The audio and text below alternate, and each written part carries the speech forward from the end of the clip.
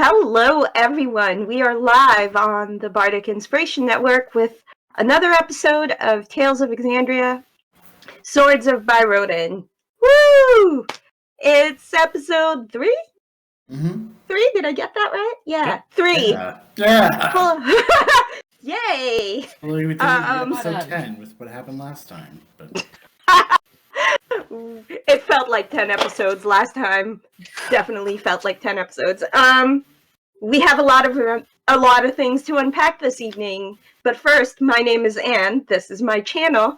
I will be playing Hope, our Tiefling Divine Soul Sorcerer, who had a time last session. And I'm going to pass it over to Kai.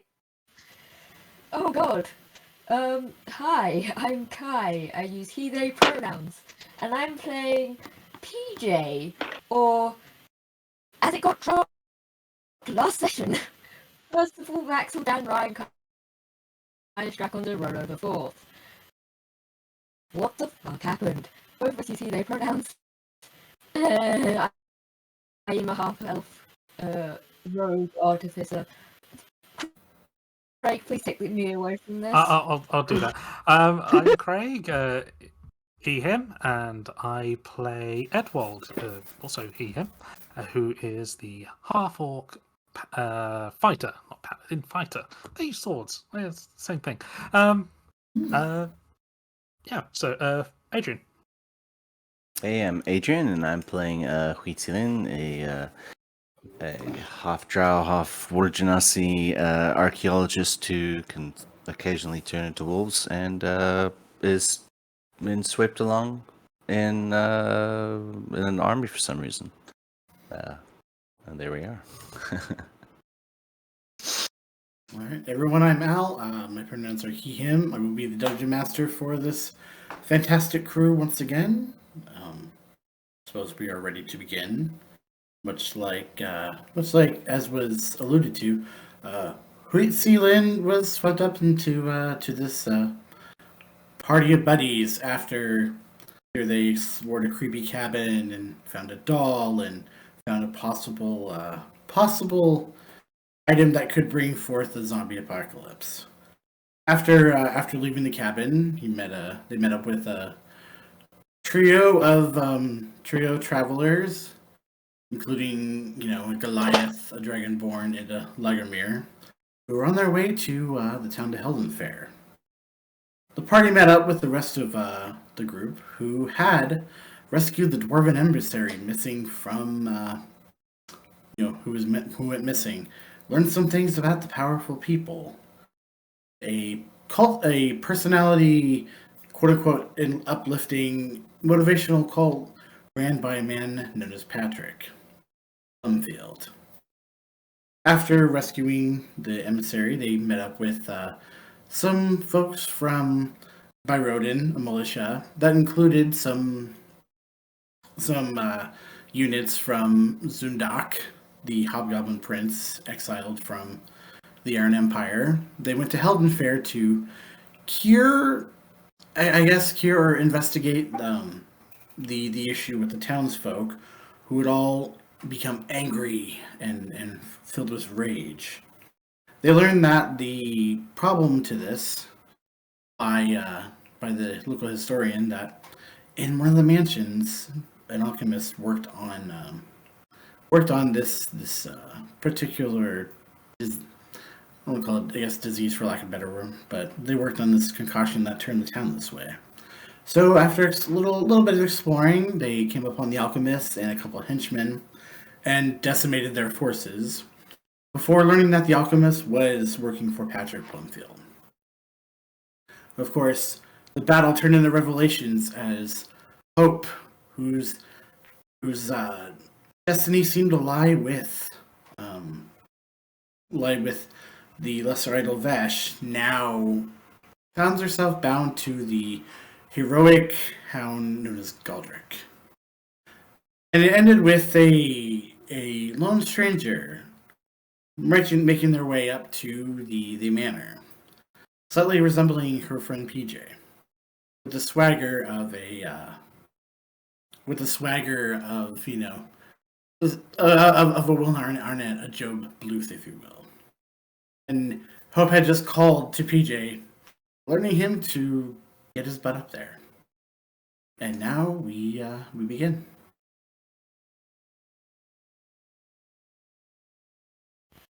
So Hope, yeah, you're sitting there as you see this man, who seemingly is wearing the face of your friend, but full elvish, a little older, taller, and walking with confidence. You know, he just kind of briefly exchanged some words with you. And then you see him just approaching the manor. He seems to be walking up the side of the wall as he's doing this. It's been 2 weeks, but my reaction is still the same. What the hell is that? If you want, make a perception check, because you notice this guy has a pale complexion to his skin. What is this dude doing spider climbing all over the place? Hello. All right, let's go. It's just a spot of day drinking. I mean, everyone's been there. All right, let's see. Let's go. First roll of this session. Sorry. Know what I'm doing. 17. Okay. You notice as he was talking to you, you got a brief glimpse of like vampire fangs in his mouth. Oh! Obviously, he can't be a vampire because he's walking in the sun. But Oh. This makes no sense. I'm sorry. This is. Oh man. Oh.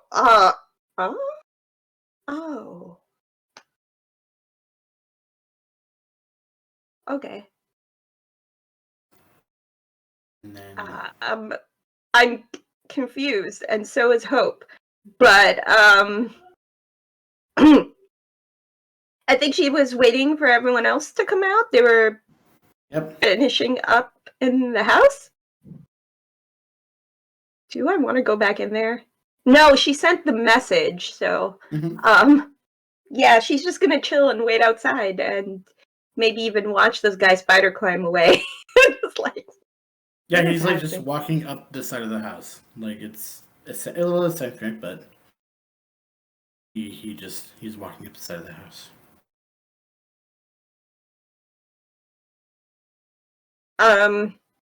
Is he further than 120 feet away? No. I'm not gonna Eldritch Blast him. I don't have that spell. But I'm going to I'm gonna send a message spell up to him and I'm gonna say, hey, any reason why you're climbing up the wall?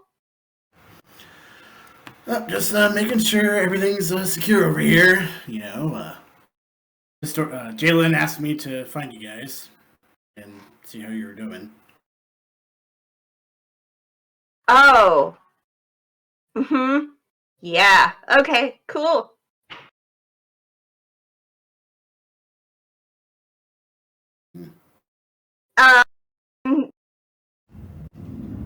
Yeah, so I'm just gonna sit and wait until everyone else comes out.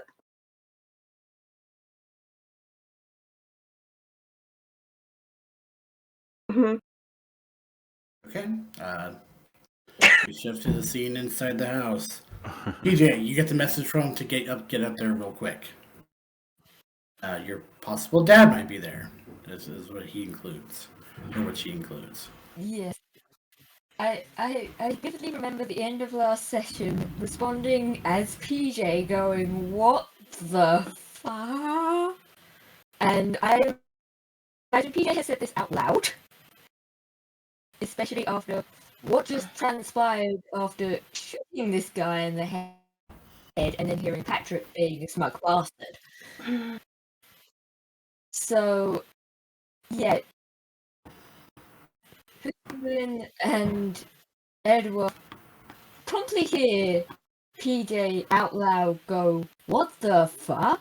Turn around and start booking it upstairs. We should probably follow.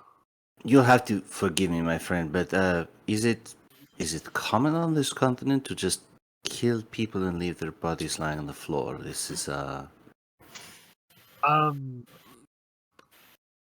would probably get undertakers to take care of the mess. Maybe the town guard. I was hoping to talk to him a little bit more before his brands were put on ceiling. That does seem that looks like that Right. opportunity's passed. I possibly, yes. Should we follow? I'm going to help them take some of these little handy-dandy spray bottles, but I'll be up in a second. Dungeon Master, I do want to just double-check if there's anything else on any of the bodies in this room that we might have left behind before I exit with the rest. Let's see. With the two guards, thugs. So they have crossbows, maces, and then Okay. actually, well, if I looked at my notes, actually, I do have.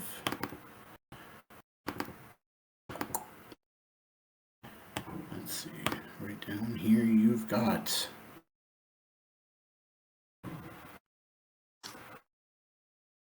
Yeah, you have. Then there's four vials of alchemist fire too.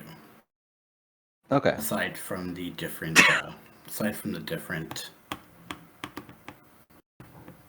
other things. Yep.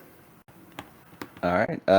Yeah. I guess I'm gonna leave the weapons, but pocket the alchemist fire, and then help the others that are there with us, because there were some other people there too, if I'm remembering correctly, or were there? Were there other people with us? No, it was just you four that came in. Okay. I'm gonna make sure that I take the necessary amounts, or if it's in a big case or whatever. I don't know how it's packaged, but the cure. Make sure that I have that once I've got all that stuff. And then Good idea. Yeah, there's like two or Trundle three. Yeah, sure. There's like 2 or 3 thick, like they're pretty kind of files. Probably be able to take that much. all right. Yeah, so I'll be the last one up carrying whatever stuff I take with me. Okay. All right. And we'll scene switch to back outside. Excuse me. Oh, you're sitting there, PJ. You get right up. You walk outside. Yes, sir. She points up where she was watching the spider climbing. And you notice how too he's stopped. Like he's like waiting for someone to come out the doorway. So apparently what was the name? Jalen. Jalen sent him? PJ, who is very frazzled, very much like anxious because Patrick knows his name and everybody else knows his full name, and just straight up almost done with everything. Still has their gun out, so instead of doing the normal thing you would do, which would just be to normally look up, PJ's instant reaction is to take the gun and point. You're pointing the gun up? Yes. Okay. Not All of a firing, sudden- hands not near the trigger, All but right. just up. Hey, is that necessary? Yeah, and PJ, you hear a voice. Oh, whoop. Hey, hold on there. No need to get violent. It's all good. Sorry, so much is happening.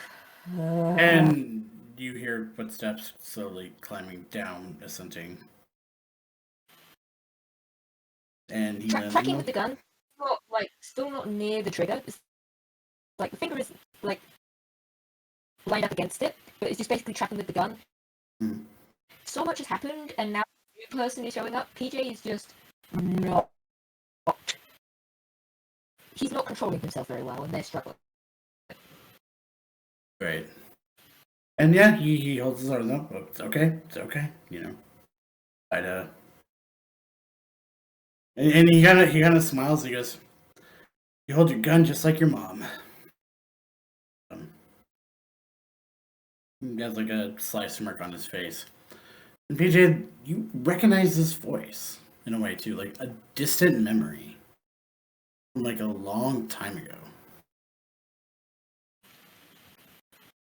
But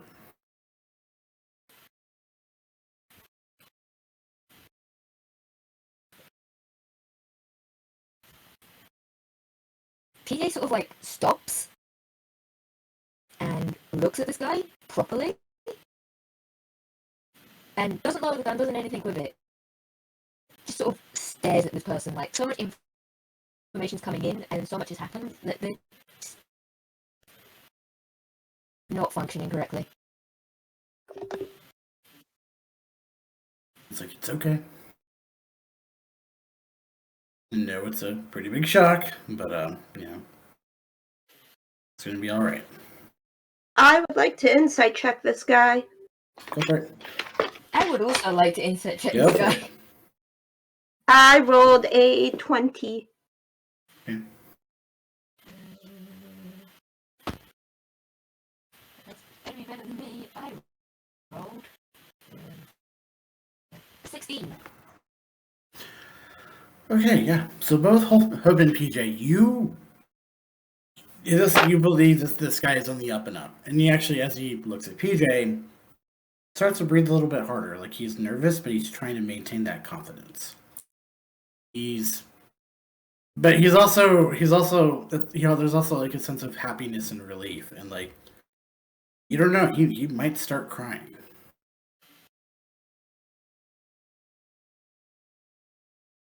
But like someone who hasn't seen something in a long time is also feeling a wave of emotions, and he might, you know.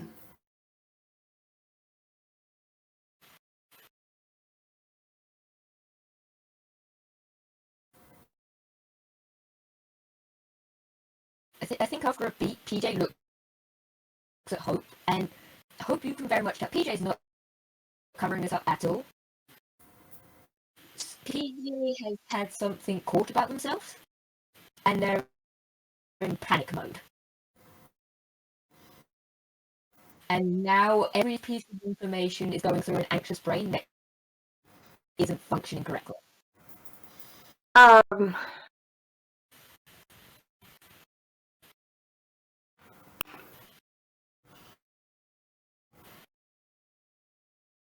Okay,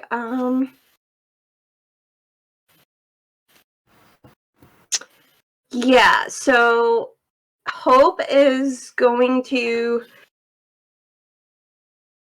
look at PJ and she's going to say, tell me what you need from me. Also, want to add before you respond, PJ. Oh, Galdric is still there. Dude, so like. Oh, is Galdric visible to PJ as well as me? Yeah, we'll say that. Oh, He's right. heard about Whitestone. He knows all that stuff too. So I was just wondering if that was a me thing or if Godric was visible to PJ as well. Say Aldrich is. Okay. He's doing the idle pet thing that you see in video games where he's like scratching behind his ears or something. Yeah. So I'm gonna say, PJ, tell me what you need. Also, and then she like steps aside to reveal Galdric and says, "Here, while you think about what you need, come pet Galdric."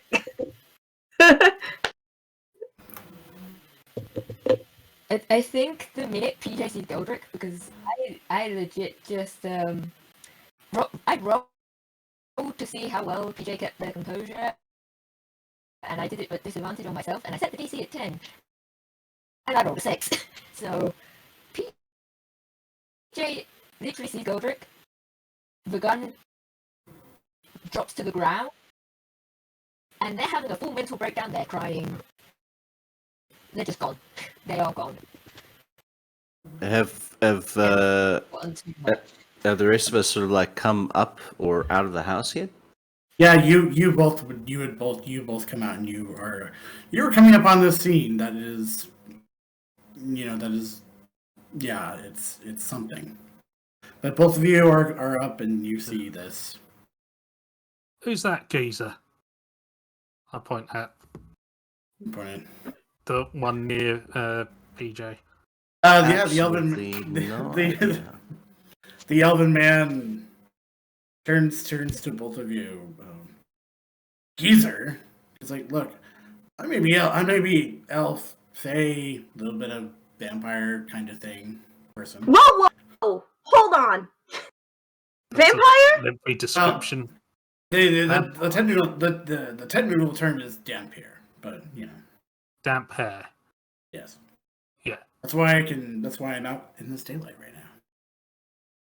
But Geezer, None of that really explained who you are. well, my name is Pod. I come from a place in the Feywild, I should say. My mother's the Archfey over there. And Your mum's an archfey, right? Archfey vampire. But I suspect that the real question. Archfey vampire, not a damp hair. No, I'm the dampier. You're damp hair. She's archfey vampire. Right. Like, which explains how he can do this. And he starts walking up the wall, and then he walks back down. Okay, magic. that's still weird. Ope. What's Yeah? where did that come from? Points at Goldrick. Also, Edwald, you look at this man's face, Edwald, and you notice he looks like PJ.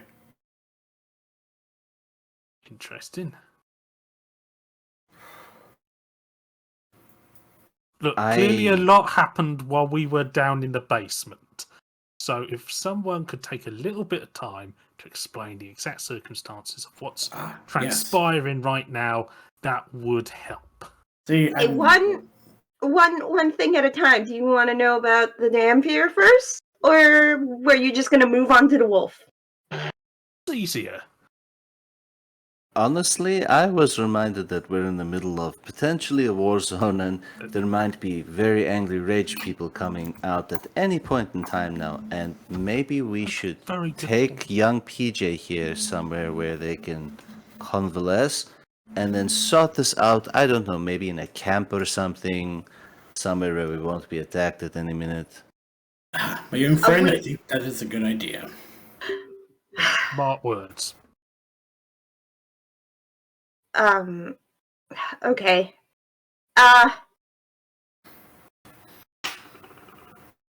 As far as the wolf is concerned, that's Galdric, companion of Per Von Sewell, the champion of the Matron of Ravens. It's a whole thing. Sort of religious thing. We'll talk about it later. Wolf's the champion of Ravens. What?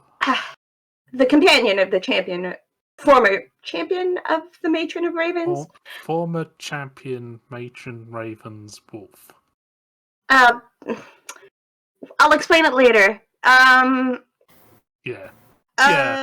Let's find some place safe. How able-bodied is PJ at the moment in terms of being able to be ambulatory, or would he how would he take to being like, I don't know, helped up so they can go somewhere? So, about that, I rolled another composure check at disadvantage again because so much happened. I rolled a natural 1. PJ has gone fucking catatonic. great. They're gone. They're just gone. So Oh dear. yeah. Oh boy. Oh. You mind if I carry PJ then? Well, he is kind of struggling right now and can't Yeah. give their consent. Hope is gonna do a thing where she whips her tail and like snaps it like a towel snap, but it's her tail, and then tries to get their attention. Whip it. It's like a towel snap, but it's a tiefling tail. Yeah, that don't work. I just rolled a 2 to see if that helped. Nope. PJ is still very much catatonic. Oh boy. I think in these circumstances it might be all right to take them if they're unable to respond at the moment. Okay, that's fair. I just don't want to be, Yeah. Consent is important, but also Ed, you want to grab him? Yeah. I'll carry. Scoop up. Shall we make our way back to? Was there like I'm trying to remember as Adrian now. Had they established like a little forward base of operations into this town, or was it just like? It's like the center of the town, kind of near the marketplace, kind of like a church area. And Pod, seeing PJ snapped up, he's like, "Oh, all right, let's get going. Come on, kids."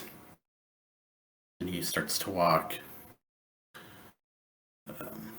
I'm just gonna keep my eyes open for any stray things that might want to attack us while we're traveling. Yeah. Roll a perception check. Do with advantage because you have somebody with you. Question. Shoot. I have a question, Al. Does Hope know who Jalen is? Yeah. You last session she's the one who told you about the alchemist in town Right. and where to go and get the cure. 14. I forgot. Could you put that name in the... That name? I forgot about that. No, it's okay. It's I remember. Jalen Gwynn. it's not She's a him at all. historian of some sort. She is. She's the historian of the town. Here, let me Right. put that in there. But no, that 14, you don't find anyone who is. You don't see anybody coming after you. Actually, I think Gwen's, that's her name. Yeah, you don't see anyone who's coming to attack you. Everything seems to be a bit calmer on your way to the camp, and you arrive, and excuse me, good. As you do, Jalen. Oh, that's so good. You got the cure. You're alive. I think you have the cure. We do. Okay.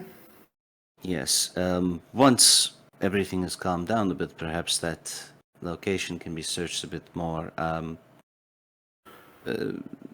Yes, and well, I imagine there's going to be a lot of cleanup on the town once things are done, but at the very least, this should help you. Mm-hmm. Oh, thank you. And she begins to just really quick. She makes an applicator for it. It's almost like akin to like a spray bottle, and she goes up to the person, sprays them, and They immediately calm down. She's like, success. That's good. Are you gonna Is have there- enough? She kind of eyes the alchemical compound for a moment. I think we'll be okay. I think we'll be all right. Okay. And as she does this too, you see folks. She's like, all right, let's get this out to everybody. Bring in the militia. We'll make this. We can make this quick. We haven't had any casualties yet. Let's try to do this as quick as possible. And as she leaves, you also notice Zundak. He's in the corner.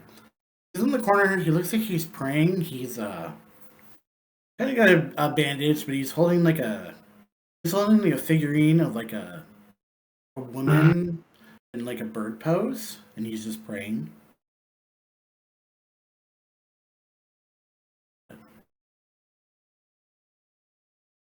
Is there to Jalen? Is there perhaps a separate private room in here somewhere, or at least some room that is a little bit empty? I believe Hope and PJ might need to sit for a moment and help each other convalesce, or at least help PJ convalesce. We sure. Well, we have the sleeping quarters. And she leads you past a group of people and into a small room. Opens it up. There's about 3 or 4 beds, and she's like, "Yeah, take as long as you need. You've helped us so much. We are in your debt. You have free reign of this church. Until the pastor comes back." She adds with a smile, and I will sort of add to Hope there. We walked in on I don't know what, but our friend there with the pale skin and the elven complexion seems to have caused young PJ to be in the state that they're in. Would you like us to debrief them before you talk to him, or you seem to know PJ better than other people? I mean, we've kind of grown up together. However, I'm not 100% sure how to proceed with this. This is some very personal stuff that I'm not even sure I know all of the details about, so I don't know what the right thing to do is at this point. I think I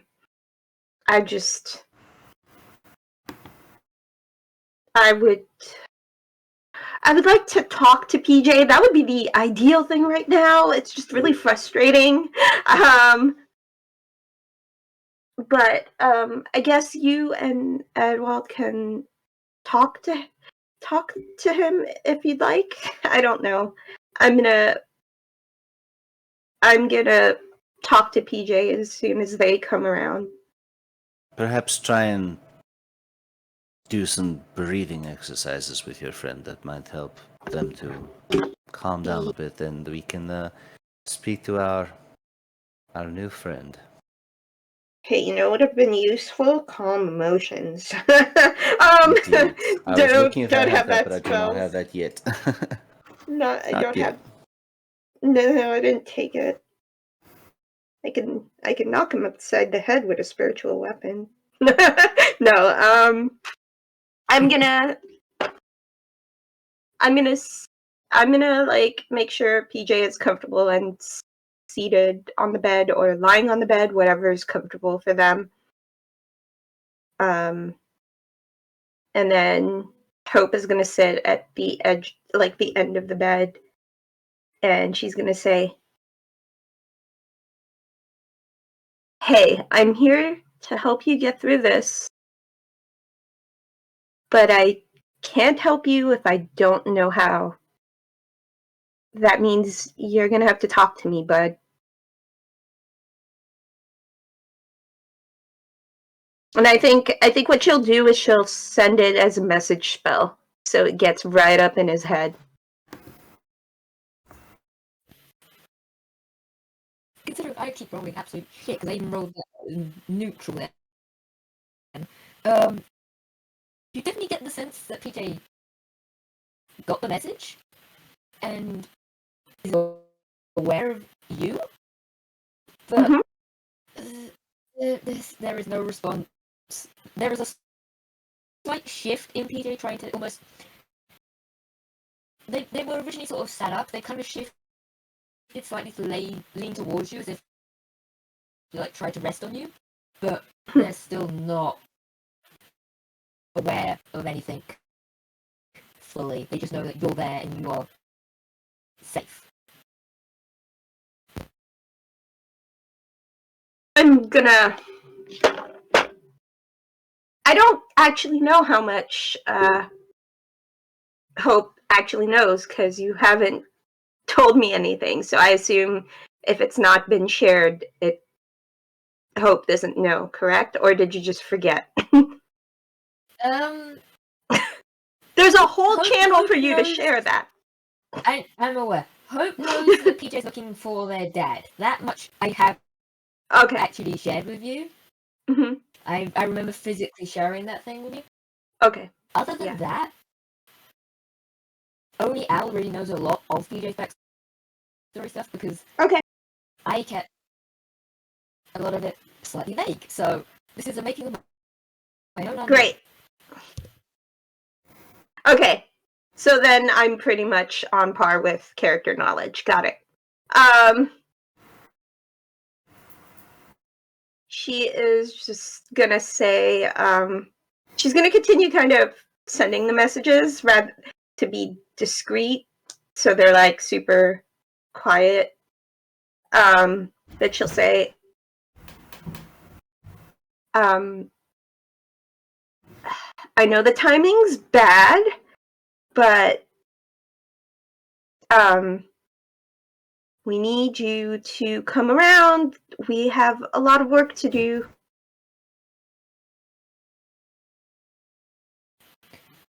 And the message just keeps sending messages.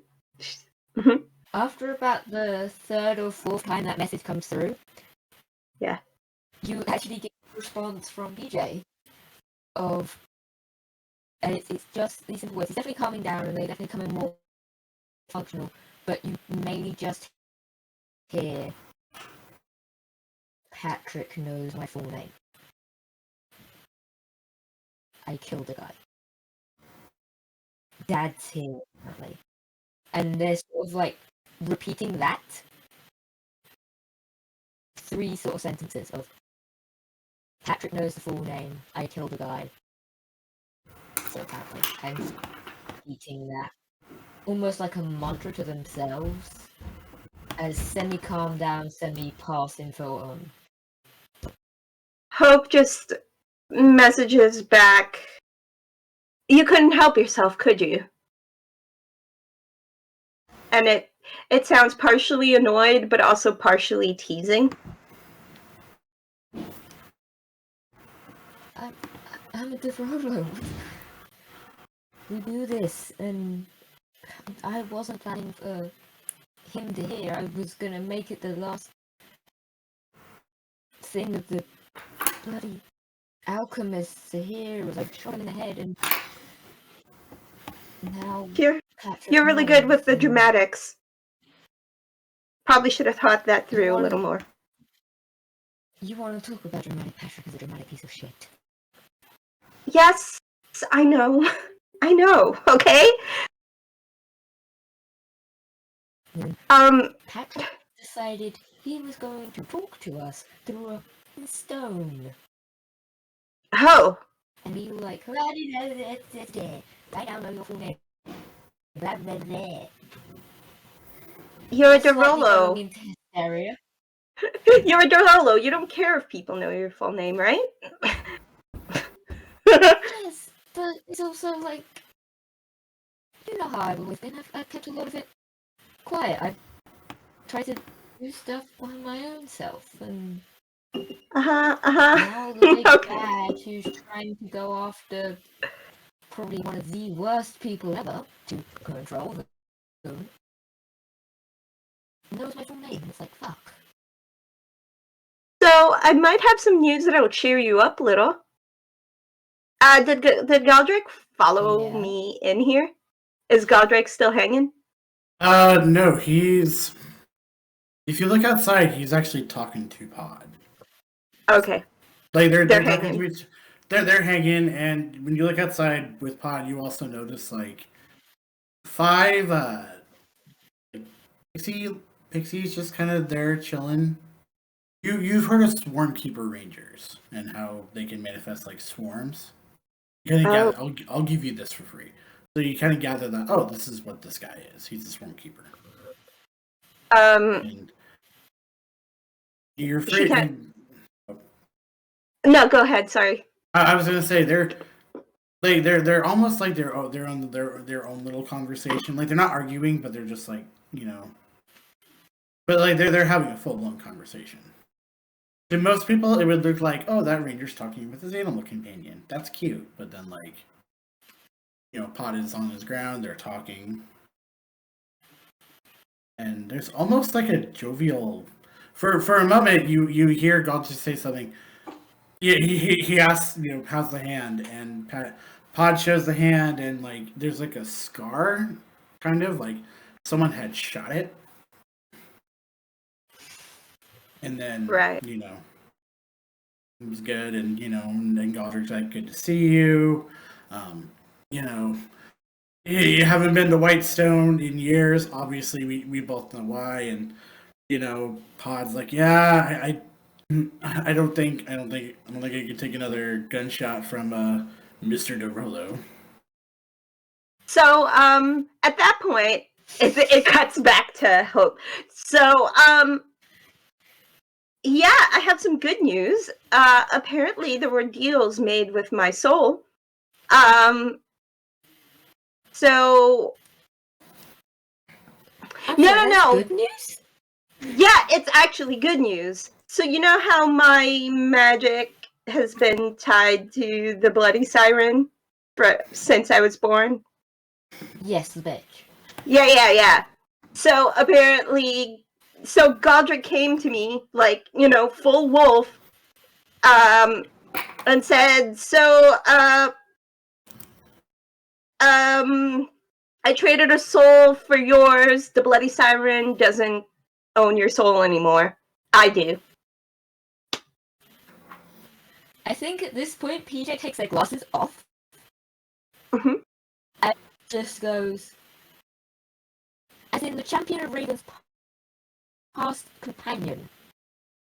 Yeah, not now the controls current yourself for one. the- Not the current one, the one before. Well, of course not the current one. Uncle Zax didn't have one. He should have invested in one, really, because companions are kind of cool. I mean, not wrong, But yeah, because Aunt Vex and freaking Trinket. But then again, if you think about it, Trinket might as well have been. Anyway, so kind of, I think he ascended to some sort of, what was it, Al?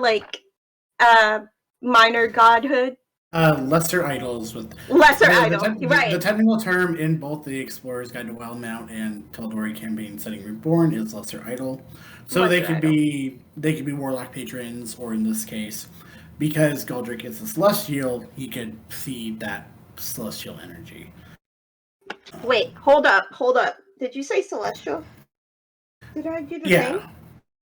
Oh yeah, I did. Okay, so I do. I was like, wait a minute, this is gonna be real awkward if I don't know celestial. Yeah. So he's a celestial, lesser idol, and now my magic is affected by it, in some way. It's not all, creepy, scary, dark magic anymore. It's fine. PJ slides the glasses back on, and in Infernal, just looks at you and goes, what the fuck? In Infernal, she answers back, I didn't get a say in anything, okay? Don't judge me. It just happened. They take a deep breath, still looking at you, and just back in calm goes, well, today's been fun. And there is so much sarcasm within the voice. I mean, honestly, I got the good end of the deal. Sorry, man.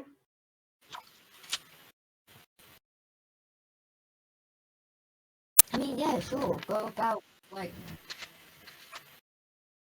19, 20 years, whatever. Fuck for soul. Okay. Magic bullshit. Calm down. Calm down. Yes. I have to ask you. Sorry, go ahead, Al. No, go ahead and ask this one question. I don't want to interrupt this fun role-playing session, but... Okay, no, I just want to ask, what do you want to do now? Because we still have things to do. We have to figure out what's going on with the gem shipment, was it? The initial reason we were sent here. It was some kind of gem shipment situation. Yes. The shopkeeper... We have work to do. Yeah. I'll write down the game info real quick, but yeah. But, not to interrupt this great role-playing session, but what are Huit'zi'lin and Edwald doing?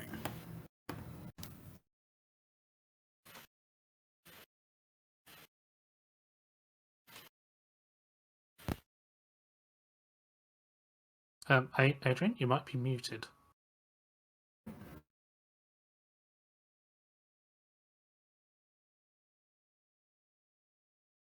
Khan? Yeah, you can give me... The mic said no. I think Edwald will be paying attention to Godric outside. Okay. They're actually inside. And Edwald, like you know this Godric is bigger and it's bigger and he's, a celestial being, but it appears that he's just a normal looking wolf, but no, him and Potter having this really good conversation. They are, it almost like it seems like they're buddies, but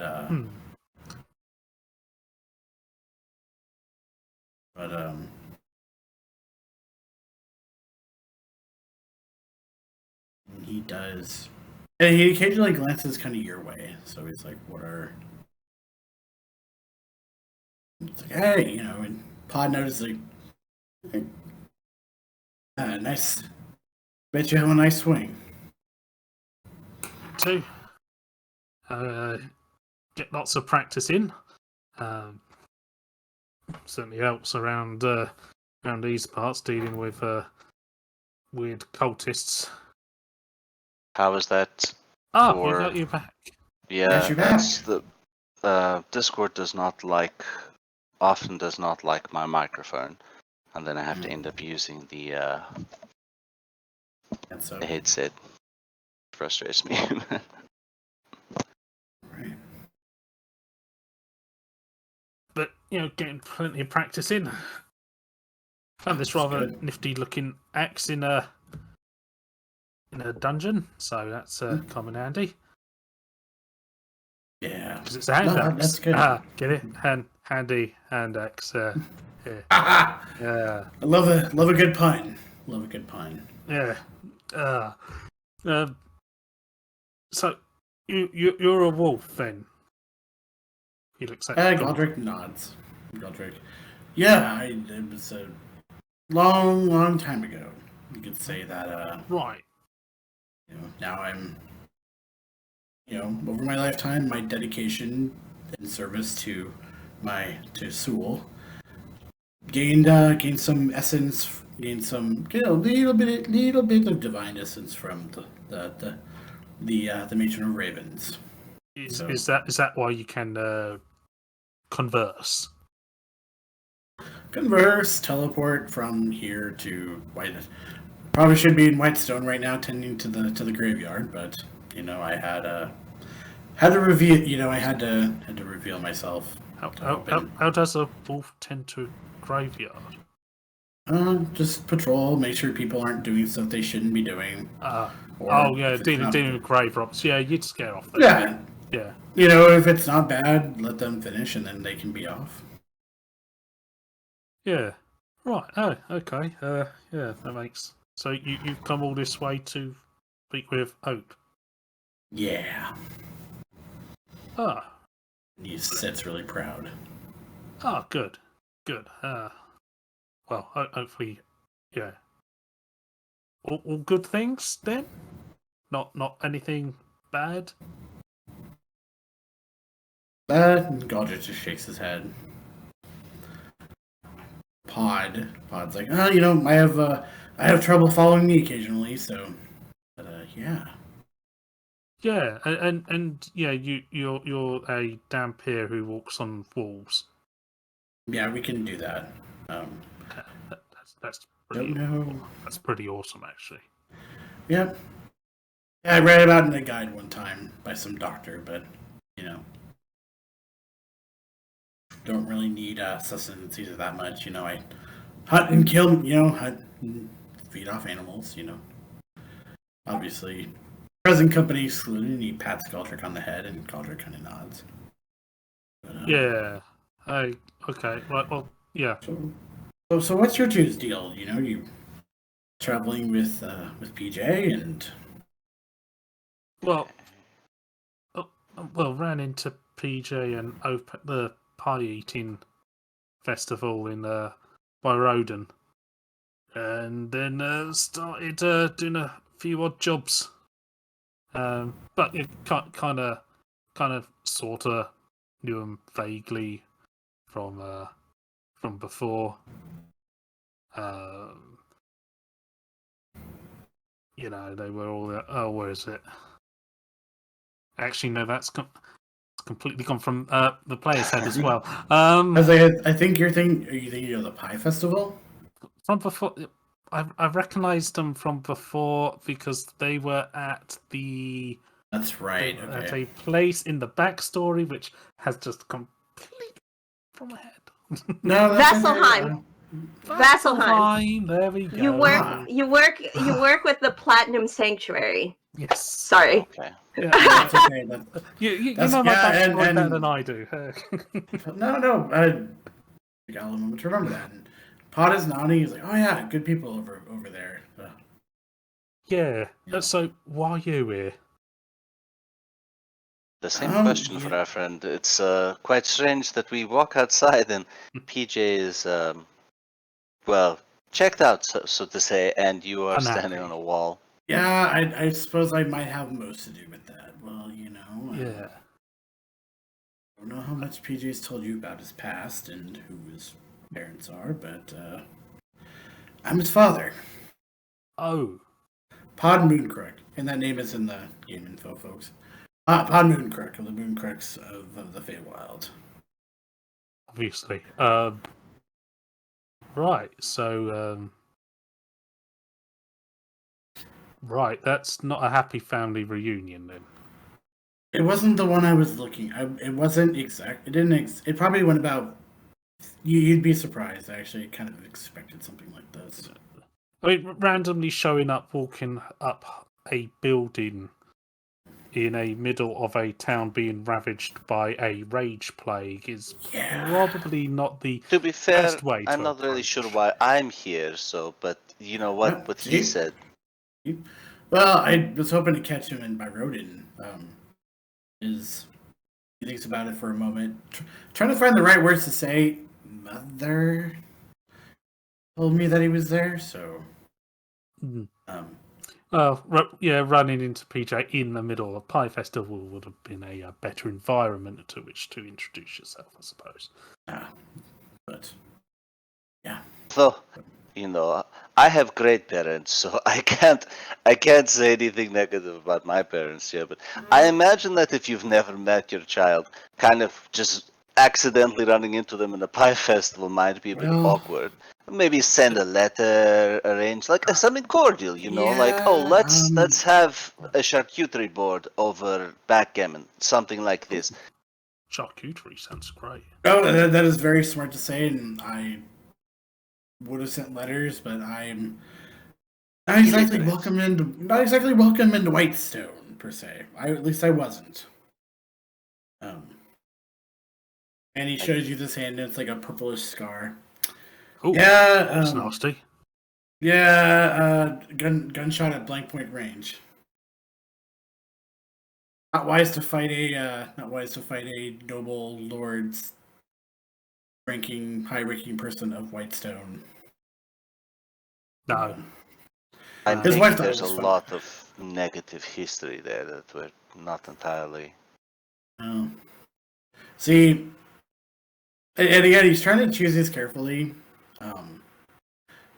I was married in Whitestone. My wife was a member of the Whitestone Rifle Corps, and she passed away, and PJ was left to the Dorollos.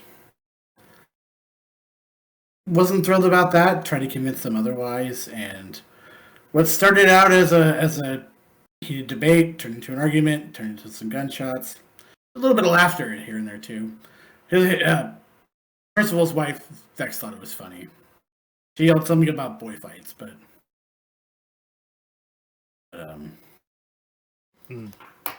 so yeah. Well, as long as it was kind of not entirely horrible.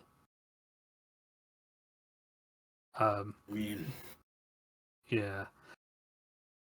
So you and PJ probably have a long, awkward conversation ahead of you. I'm not gonna force it right away. No, my mother, his grandmother, the vampire I told you about earlier. Oh, yes, Basically, told me that I should expect something like this and to not rush things. Yeah, take your time. Yes. Not that I do have any this. Of my business, of course. No. I appreciate you asking and having this conversation. And what he does is he takes out a pistol. You've seen PJ use something like this before too. But it's beautifully crafted pistol. It has it's like his and it has the initials. That's right. It has the initials LZ inscribed on them. Inscribed on the handle.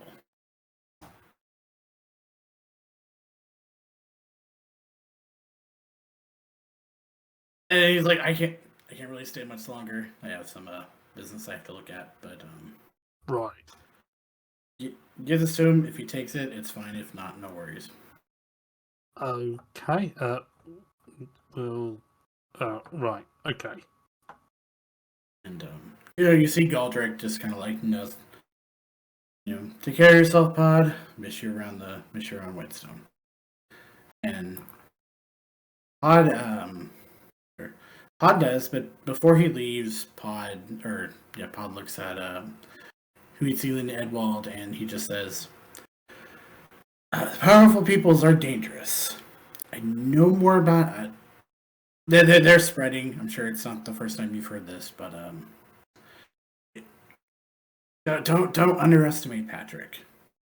He's got spies. He's got agents. I mean, and just keep your eyes and ears open. He's clearly got the ability to cause trouble in quite a few places. And he's got money. He's got high resources. Oh, money definitely causes trouble, yeah. Yeah, so, but and he also gives you I'll put this in the info real quick too. He gives you a black stone. For anyone who's seen it, it's a sending stone, and he carves a little P in it. Or actually, he carves a little POD for Pod, like Pod. And he says, got this. You also give this to PJ, or keep it on your person, whoever wants to hold it. If you need my help or anything, just say to it, I'll try to get there as quick as possible. So before you do wander off into wherever it is you're going, by any chance, how long have you been in this area? Is my question to you. Probably a few days. Get around pretty quick. You weren't anywhere here a few years back, potentially. I'm actually trying to catch up with some old friends of mine. I don't suppose you've heard of the name Nellis Waterhorn at all. He thinks about it for a moment. He's like, Nellis. You know what? I think I have. Yeah, I think she might have been in this area too. Might have been at some point. You know, probably during one of the pie festivals. He thinks about it. He chuckles. He's like, I shouldn't say that. But yeah, she might be around here. She might be teaching. I saw her with a group of people right outside of Byroden as I was coming here. So if you probably go that way, they're still out there. Well, that's good to know. And he does that, and Odd says goodbye to Gwen, and yeah, he walks outside. Yeah, actually, he stops for a moment, and he's like fighting whether or not to go back, but he's like, nah. And he leaves.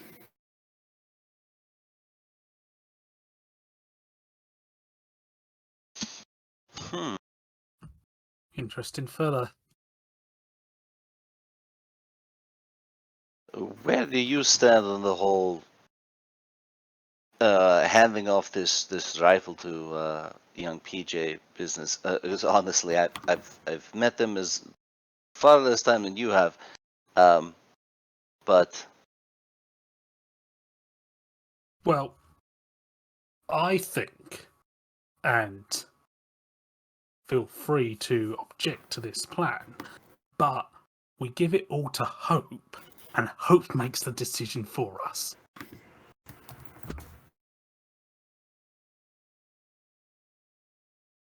I mean, you know, Because Hope if knows better than I do, knows PJ better than I do, right?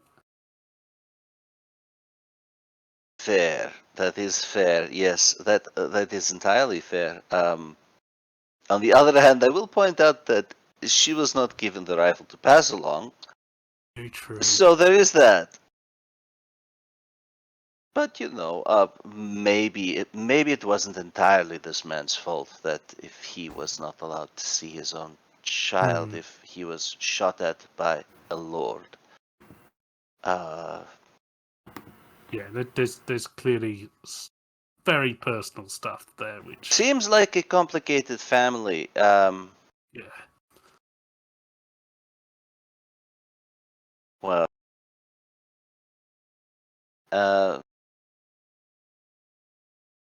I'm not sure what to do about this weapon.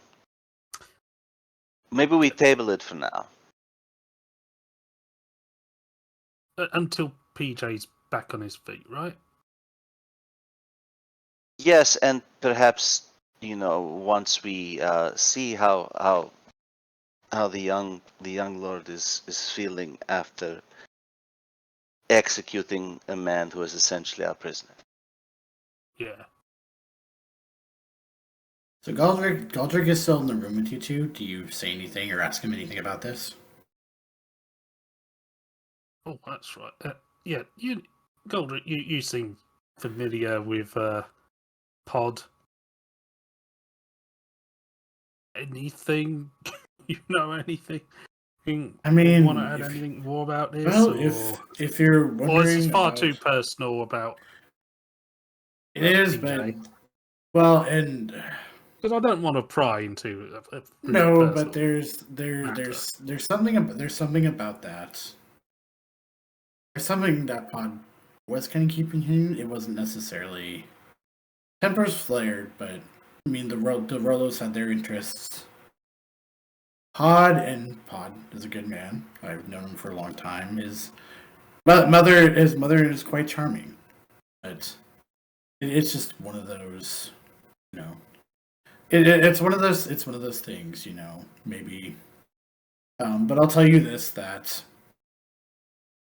I think you should give him the weapon. It is PJ's by birthright. Hmm. Saying. Well, I'm never one to go against the advice of a talking wolf. And he adds it's magical, by the way. What, the boomstick? Well, it's just a pistol. It's just a pistol. It's not a. And actually, no, we'll keep it that way. The really short boomstick, then. I think perhaps giving it is entirely something that should be done. My concern was more along when is the thing, because you know there's the man who's just come back into his life and now he's left again and left the sending stone and a gun. It almost feels like a threat, you know what I mean? It's like, if you want to come find me, I've left you this. Interesting. I mean, Pod hasn't always thought things through. He can be kind of rational. However, I would say give the stone to PJ, give the gun to Hope. There we go. Hope is the solution to all our problems. She is the leader of your pack. I'll accept that.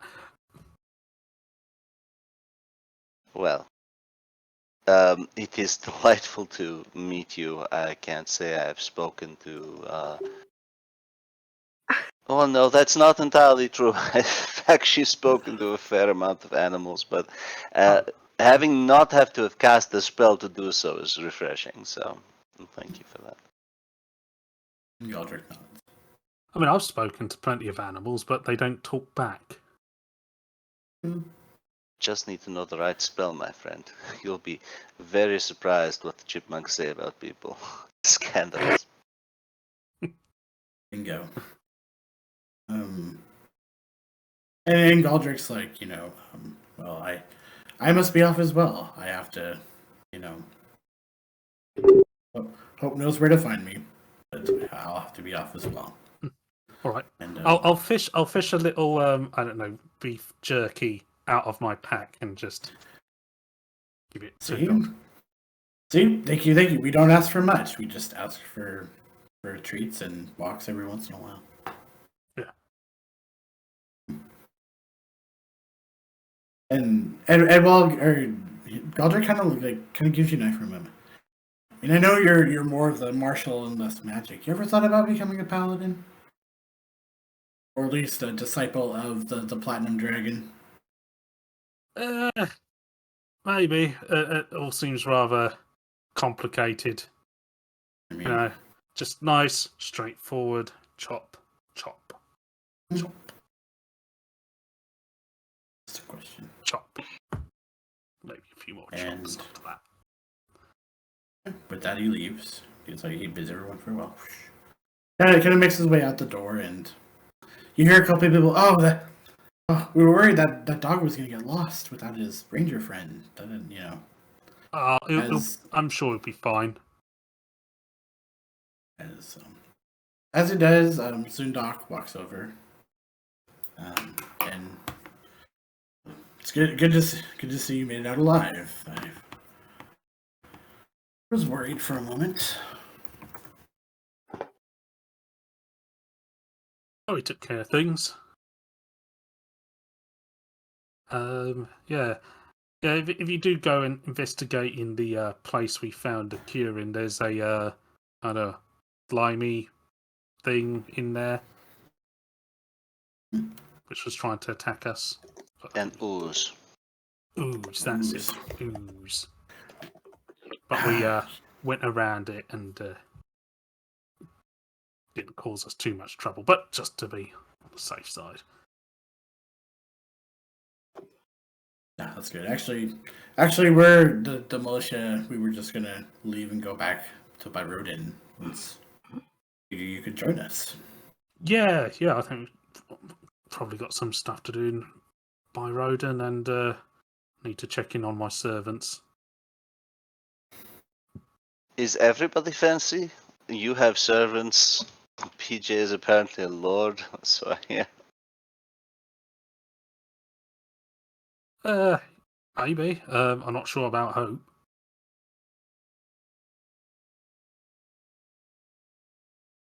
I have no Yeah, servants. Although I suppose you could say interns sometimes are kind of like servants, although it's been a Right. few years since I've had any interns. Yeah, I suppose Yeah. interns don't really like to follow you out into the field. Well, if they plan on getting their degree in archaeology, they'd better follow me out into the field. So is this like a whole archaeology quest for you then? Oh, right now I'm not teaching. I'm actually trying to catch up with some old colleagues of mine that have been out in the field for some time. So I made my way here. Oh, let's hope they didn't dig too deep. That can surprisingly be the case on more than one occasion. Yeah, digging can get you into problems sometimes. But as to what you were saying, Mr. Zundak, was it? Yes. I think it would be fine to head back. Perhaps we should see if our other companions have managed to find a bit of peace. Okay. I'm gonna go and check on the other two. Sure. Let's say Hope is in a meditative state right now, aka there's some technical difficulties for the moment. But what's PJ? PJ has. Oh no, that's messed up all the It's- camera it's- positions All too. right. It's fine. There we have another. Oh no! Nice joint. Oh no! I've become Kai. I've become Hey, I'm still. Okay, I'm still me. I'm still me. no. So, okay. Kai is now Anne. I am Kai.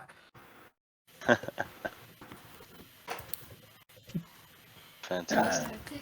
Well, at least I'm still in the same country, I suppose. Sure, tech issues, folks. Yeah, I've gone completely the other way. Let's just randomly talk while the technical issues are being solved. Oh, no. And I'm back in the just right a second. position. Okay, we're back. Okay, There we go. we Sorry. don't need that. We don't need that My- Simpsons meme. My computer did something really funky. All right, we're back.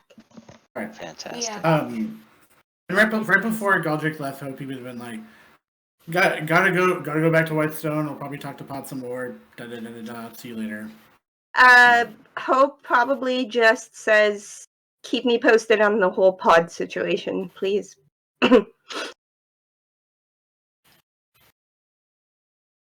Mhm. And then sends him off on his way. That's right. Yeah. PJ Zundog and very- Zun. Sorry, Right. I was going to say PJ has very much got into a calm, meditative-ish state where they've sat in a corner surrounded by shadows and are just staring at their own pistol at the minute and sort of cleaning it and just trying to be methodical. Here, Hope. I'm gonna turn around when I hear my name and like walk over to Edwald. Yeah. So is PJ all right? How's he doing? She looks over at where PJ is and is like thinking about it carefully, and she intentionally lowers her voice And she says, I would say about 50%. Right. And that's being a little generous. Right. Okay. So that pod fella has left now.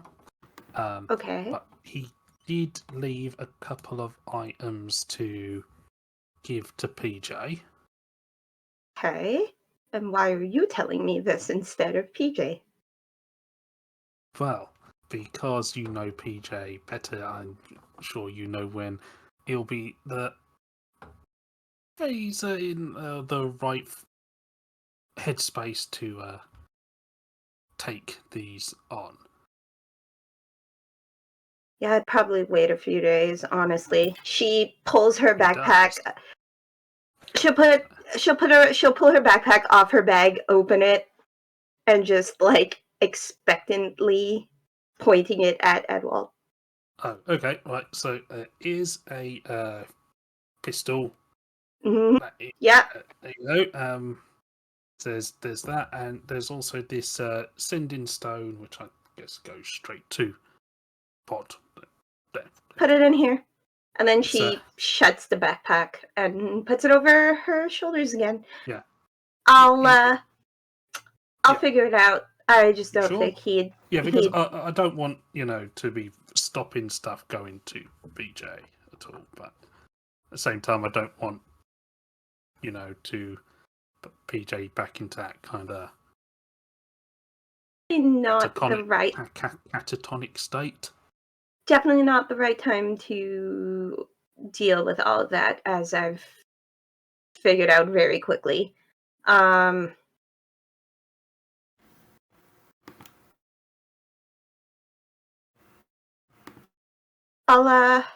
see how he's doing in a few days. Yeah. Let's talk about heading back to Byroden. Oh, okay. Militia are planning to head back there, and also Huit'zi'lin needs to speak to someone back there. Okay, but you remember why we came here in the first place, right? To sort out this rage thing. No, the shipment of jewels. The rage thing we kind of found out about afterwards. Right. Yes, hold on. Shipment of jewels, yes. Yeah, the stuff that's supposed to have come to Byroden but didn't. We should at least try to get... It's supposed to come from here, so yeah, let's check it. We'll check the jewelry store or wherever it's supposed to be, see the shipment even left here. And if it hadn't, then we can just take the shipment back to Byroden with us. Why does that sound way too simple? Look, sometimes the simplest plans are the best plans. Thus, I can keep track of them easier. That's fair. That's why we have PJ normally. He's the one usually keeping track of everything. Yeah. Anyway, that's fine. We'll figure it out.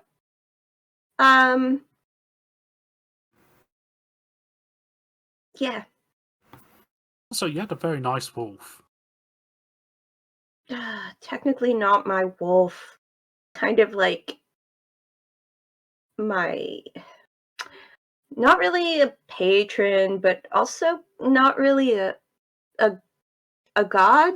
But basically now he's the one who's... I don't know, giving me magic? Sort of, maybe? I don't know. Wolf's giving you magic? Sort of. I gave the wolf jerky. Well, he gives me magic in a similar way that a god would give a cleric magic. Right. Except I was born with my magic. It's a whole thing. I wonder if I feed him lots of jerky, you get more power. I don't think it works like that, Ed. I'll try it next time he shows up. I don't think he'll object to more jerky, but he does really enjoy the ear squitches. Good to know. Right. So, do we want to see if PJ is up for the investigation that we came here to do in the first place? Yeah. Should we have one of those spray bottles in case Thank someone you. tries to attack us? You know. Might be a good idea. We can ask Jalen. Jaylin about it. Yeah. Okay.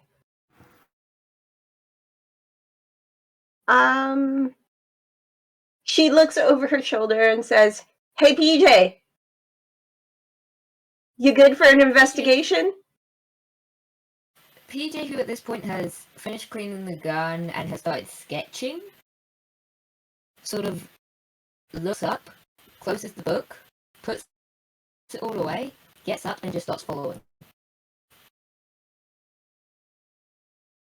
Find out what happened to those gems. The shipment that was supposed to go to Byroden.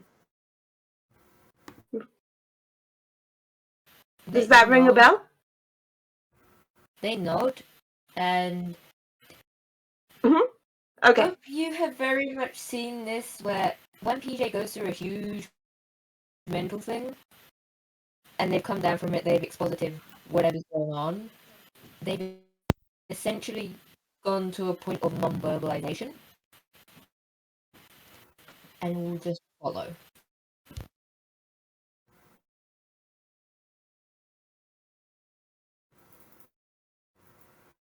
She sends a message spell to Edwald that just says, "No, definitely not ready. Going to wait a few days." Okay.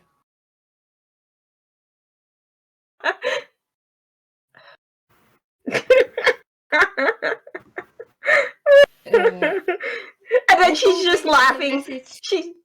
She's just laughing out loud at this point. Ed will then get a message from PJ that just goes, "You know you can respond to these without having to shout out loud and look around." It's PJ, by the way. What? What? You're standing right there. The second Are you message, getting an echo? I'm there, it's a spell. Right. No. This is your. Let's just go speak to the historian. We're calling from inside the house. Hope then gets a message from PJ that just says, "Why is Edwald so easy to confuse with a simple spell?" You just hear laughter in your brain, and then the words, "I don't know, but I love it. It's hysterical." You just sort of nod and follow. Right. So we are gonna go investigate the missing shipment. That's what we're doing now. Okay. How do you go about that? I think we should speak to Jaylin first, since they seem to have a vague idea of what's going on here. Mm-hmm. Idea, and she uses her tail, kind of like the towel whip maneuver at Edwald, and just goes with like quick little snap, like, "Go ahead." Right. Nice tail. Okay. It doesn't hurt. It's really Oh, playful, no, but it's just playful. I understand it's playful. It's a nice. It's a nice tail. So, yes, we'll go to find wherever Jaylin is. Yeah, she's just kind of. She's talking to a few of the other militia and, congratulating them on, "Oh, good job. I think we should be able to get most of the town by nightfall, if not everybody by tomorrow morning at the latest." She sees that wall. Oh, what can we help you with? Yes, we had originally coming up here not just to investigate this whole ragey stuff, but also that apparently there was an expected shipment of jewelry in that was supposed to go to someone in Byroden from here. I was wondering, is there like a jeweler or something around here matching that description where the shipment may have come from? She kind of looks around and she's like, and she looks around for a moment. Like, where is he? Oh, Marcel. Marcel. Got some people who want to speak to you, and you see this kind of let's say part of a stout dwarf, long red beard. They got a long red beard, leather pants, really nice shirt, and he's just like, yeah, yes, what is Gwen?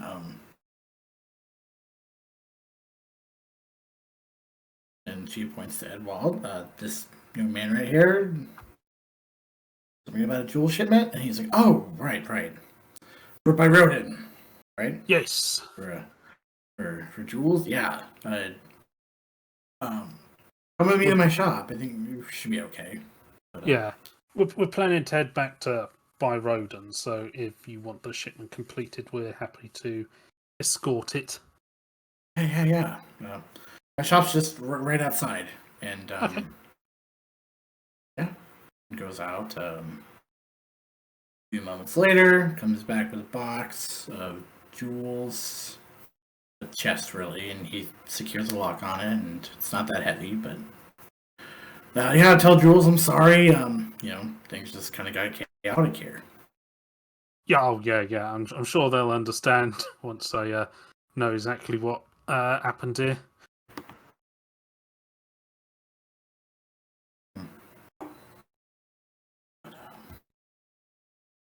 Okay. You got jewels. You got. Right. What would you like to do? Got the jewels. I got that.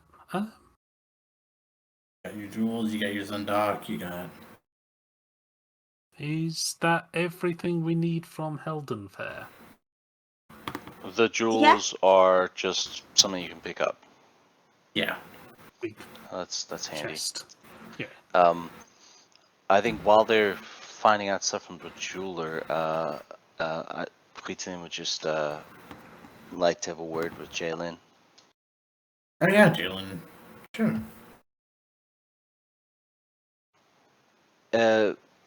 I was speaking to that interesting gentleman, the rangery-looking fellow. Pod was his name. He mentioned that a friend of mine might be in the area. Nellis Waterhan. Something about this teaching, something along those lines. Have you met them at all? That name's not familiar. I mean, might be. We don't really have a big school here. Most people just kind of homeschool their own children, but maybe in Byroden, might be. They have a bigger school and. Yeah. This is making sense now. Yes, Byroden. Sorry, I was a little thrown off by the giant wolf and that very strange man. Byroden was what he said. You're quite right. Yes, no, that's okay. No, pot has an effect on people, and you kind of hear her sigh happily as she says that. Interesting. But yeah. Well, I imagine that we're probably going to be heading out, so hopefully you won't have too many more issues here, and I wish you well. Wish you well. Thank you so much for your help. If there is any, can't really do anything as far as monetary rewards right now, but if you're going to be in Byroden, I will send a missive and payment possibly.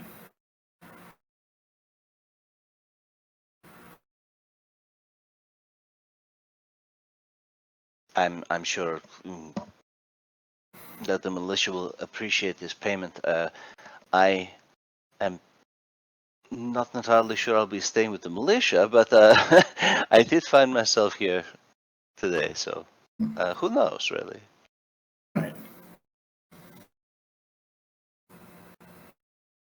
Just join the rest as we're apparently getting ready to leave.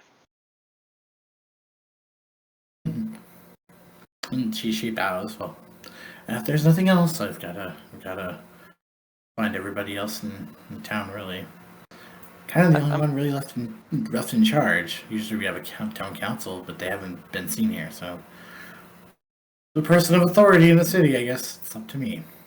So.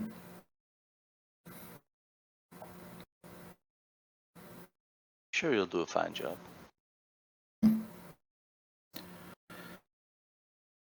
Thank you.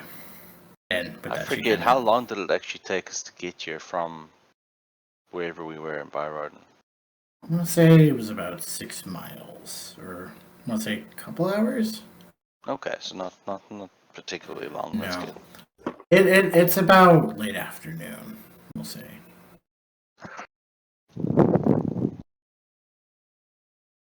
Very good.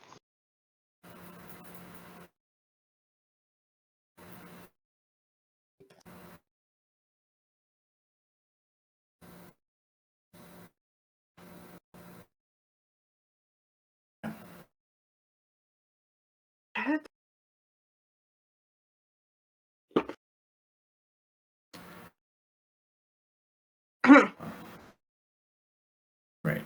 And yeah, it's about that time for a break. Yeah. We'll be back in 10 minutes, y'all.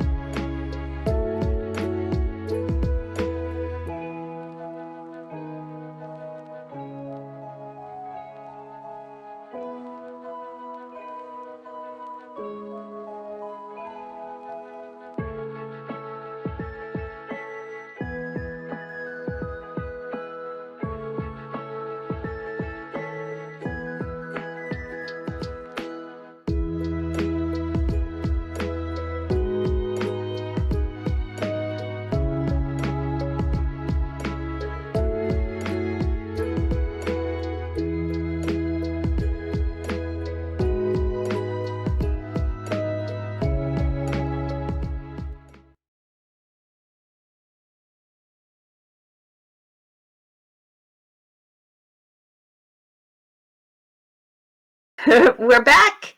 Let's go. All right. Al. By the way, y'all, you missed a great discussion about dirty pizza. I'll just leave it at that. But with the jewels in hand and everything seemingly taken care of and held in fair, you are ready to go.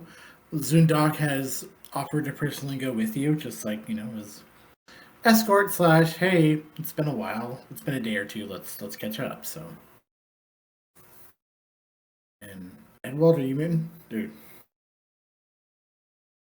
Doc. I keep spelling his name completely wrong. Zundok. It's alright. But yeah. Yeah, you in the travel here, the militia, how many of us were there in total that actually went out? see, probably about 40 to 45 people. Okay. Are some staying behind to sort of Yeah. assist with the rest of the... Yeah, some are staying behind to assist with the rest of town. And with Zundok going with you guys back to Byroden, the people who came with them are going as well. So they're going to be following you. They might go up ahead to do some scouting or making sure everything's okay. But it has, I'll say, someone roll a d20 for me. I'll do it. I'll do it. Okay. Oh, go ahead, Craig. 19. Okay.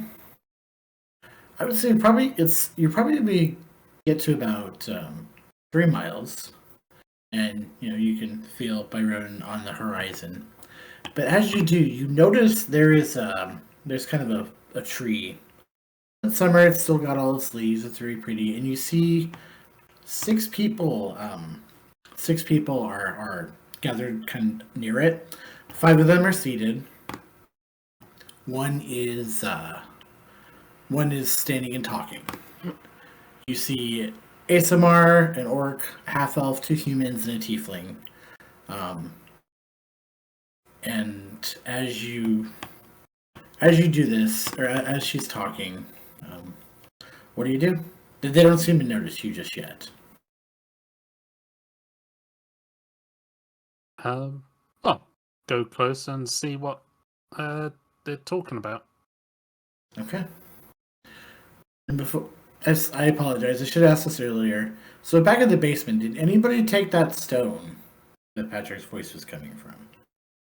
Because you searched the bodies. I believe, at least this is my memory of last session. I believe PJ grabbed it, Okay. but Yeah, I I think so. fully remember. I don't think I actually wrote it down correctly. So Okay. No, that's okay. I didn't probably put it in there. So I just wanted to make sure. But as you get closer, the tiefling, and she's like, yeah, as you... She kind of does that thing that you see in stereotypical, like, churches or teaching. 5 people are sitting there, they're just, like, nodding. She's like, yeah, and that's why, we have to be the best that we can and maximize our potential. And we can do that. You can talk to anybody, be on the same level as them.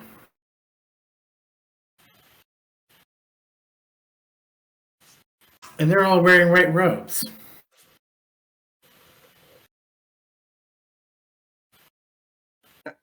How many of them? There's 6. And they are unarmed, as you can tell. Oh. Hello. As you get closer, Huit'zi'lin, the tiefling kind of stops and... I'll take 5, everybody. She kind of... Yeah. Actually, I apologize. Yeah, it's the tiefling. She walks over and she's like... She... Because you are part water Genasi, or you have... I'm assuming you have tattoos. You got tattoos, like markings and stuff of where you're from. Do I?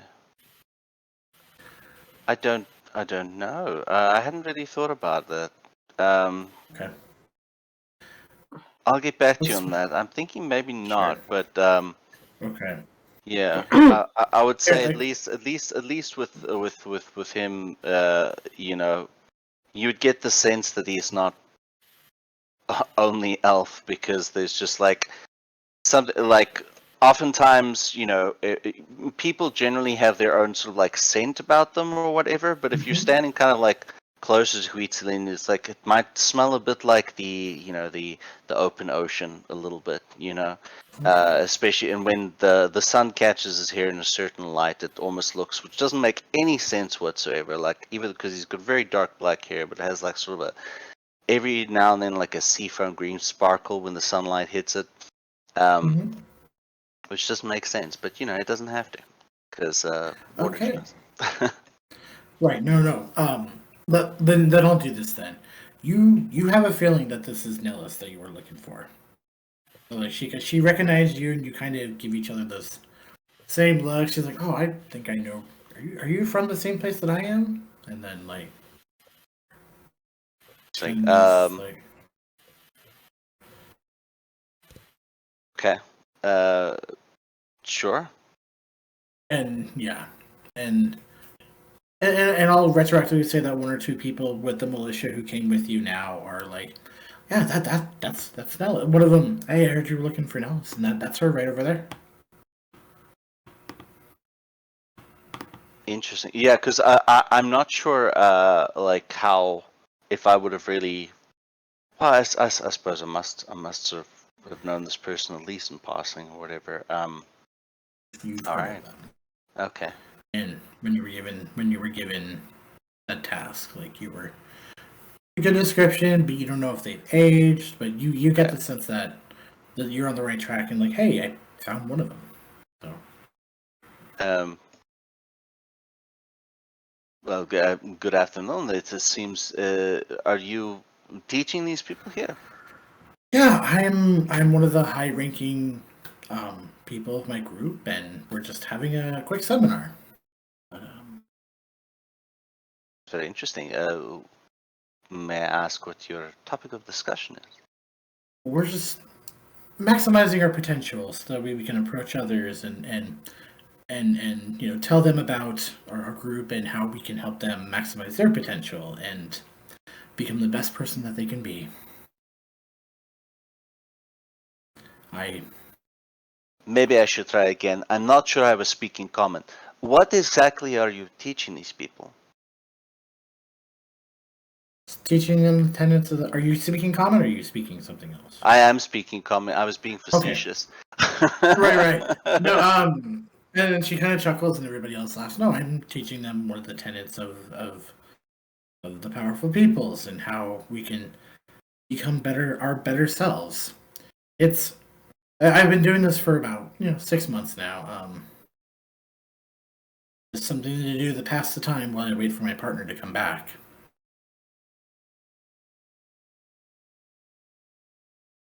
And I'm sorry, I've actually been pointed out by somebody that you kind of match the description. Your name wouldn't happen to be Nellis, would it? Yes, it is. Well, I have actually been meaning to come and see you for some time now. Let me introduce myself. I am Huit'zi'lin, and these wonderful people here are traveling with me, or I'm traveling with them at the moment, shall I say. And do I get the sense of like she's been doing something to pass the time? This is very bizarre to me. I'm trying to think like how how mentally competent does this person look at this point in time? Do they look as if they are, as if they've been drinking the Kool-Aid, or do they look as if they are of their own sound mind and body? I would say 70% drinking the Kool-Aid, but she is of her own sound mind and body. Like and you see on her arms, even though she's a tiefling, she's got the water symbols. She's very much still her own person. And she asks you, you've been looking for me for what for? Well, I was actually conducting a bit of research, and I was told you might have some research of your own to share, or some insights to give me on these the particular field of study that I've been interested in for some time now. But forgive me, it is a little bit strange to meet you here on the side of the road like this. It was not exactly what I was expecting. Yeah, I teach, just teaching some newer folks. I just they came up to me and asked me to. They were directed to me too, but you're the field of study. I specialize in elemental titans, and my partner Celia, she's been away for 6 months, and I haven't heard from her about her study into the Rime Lord, and that's kind of where I've been doing some research here in Byroden, and I have some notes. They're not with me, obviously. They're back at my home in Byroden, but we think we might have found where the Rime Lord's last resting place. And as she says this, like, gone is the kind of the spiritual, like, higher person. And now she's like talking to you like an intellectual too. Like she's like, I hear my and she seems really happy, like, because she's been wanting to tell people about this. Like, oh my gosh, someone with the same interests as me. I would be delighted to have a look through some of these notes of yours, and perhaps you could share with me a little bit more about these other teachings you have fallen into. Perhaps I'm always delighted to figure out more about people's specific interests, and especially. Well, about 6 months ago, I was doing some research at the Pennybags Inn, and one of the townsfolk, one of the townsfolk, she saw me and approached me and asked what I was doing. And I told her what I was doing, and she's like, "Oh, I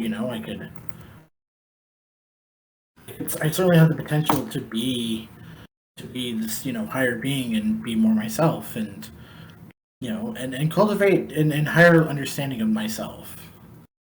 And her name was Sharona Rhymestone. She knew this man named Patrick, and he would help me. His teachings would help me become a better person. And so I've taken the courses, and I've got most of them done. But the person take these courses? How do they? Both. Where and how? Well, you have to sign up. You have to sign up for a class. You just have to find one of the grand teachers, and they will sign you up. I could point you out to Sharona's house in Rhymestone, or in Byroden. That would be wonderful, but would it be at all possible, not too much of an imposition? I would love to pick your brain, perhaps at your domicile, over some of these notes that you have collected about your own research, if that would be something that you would be amenable to. Oh, that'd be wonderful. Well, when are you going to be back home, and what time will you be free? I will be back home later tonight. And you could, come to my house. I'm just located right next to the Pennybags Inn. You'll find my house has a little just look for just look for the wave. Look for the wave, and she says that into a. She speaks to you like in a way that you would know. Not everyone else would really understand. I'm gonna send you something in your Discord chat, but what's everyone else doing?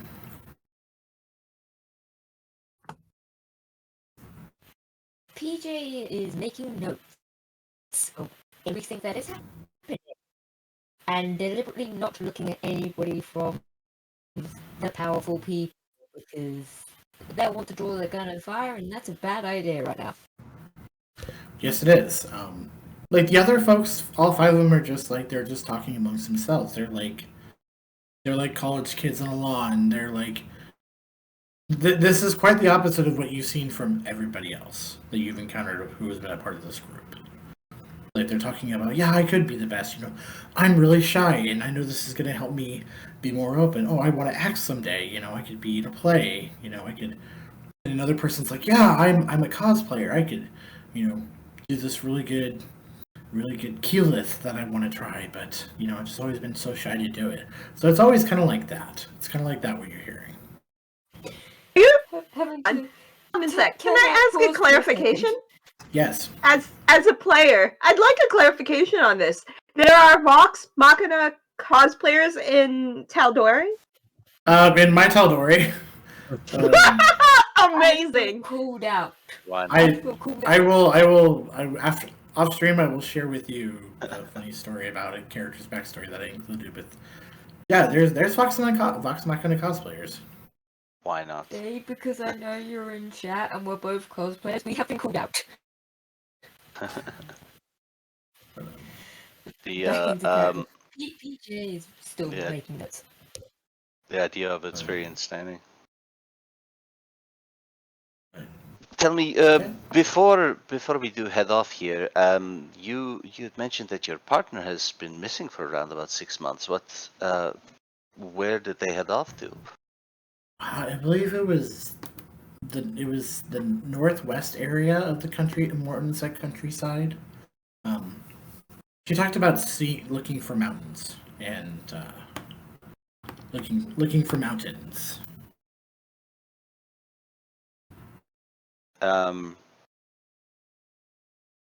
For Adrian's clarification, is that like the northwest of the Rifenmus Peninsula or the northwest of the continent?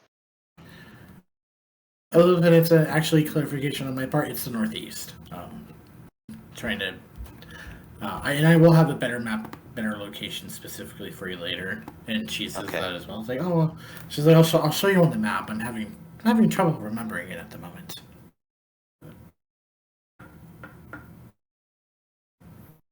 Well, perhaps tonight we can look through some things, maybe help you uncover some of those little bits of memory slips. Yeah, you know, just been working so much lately, and you know, and as you say this, you see a kind of pudgy dwarven gentleman, high pompadour, white hair, kind of a thin mustache, and he's in his robes, and he actually approaches. Oh, you know, Nellis, that's why you gotta rest every once in a while. You know, it's always good to get sleep. And it's always good to get sleep. You know that'll help clear your head. And she's like, "Oh, you're right." You know, and always astute you are. And does she like while I'm talking to her like this? I'm wanting to sort of like see if what was the words there like are there like any signs of I don't know, like don't know if brainwashing is the correct word here, but like because she can't quite remember where the place is, and Roll me an insight check. And roll me an insight check. Tell me what you're looking for. I don't know if it's possible to like, if this would have any, well, possible or I don't know if this would have any like medical signs of somebody like not being all there. So roll me a medicine check or an insight check. It's the same for me, but like same modifier for me, but it's just so it would be 12. Okay.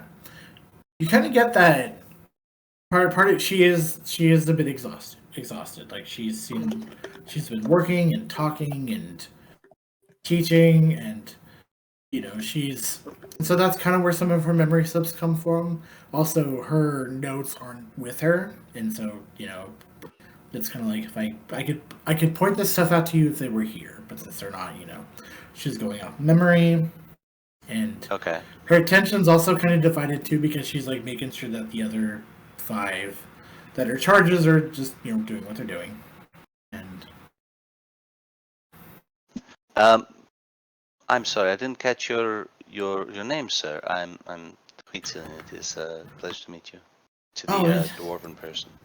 Oh, he turns and the pleasure is all mine. My name is just call me Van. Yeah, call me Van Gideon. Yeah, his whole face just changed in my head.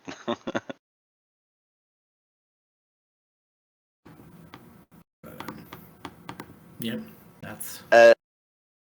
Did he come across as one of the people that is attending this lecture of hers, or is he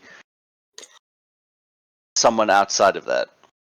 Are you asking him, or are you trying to gain it? Are you trying to?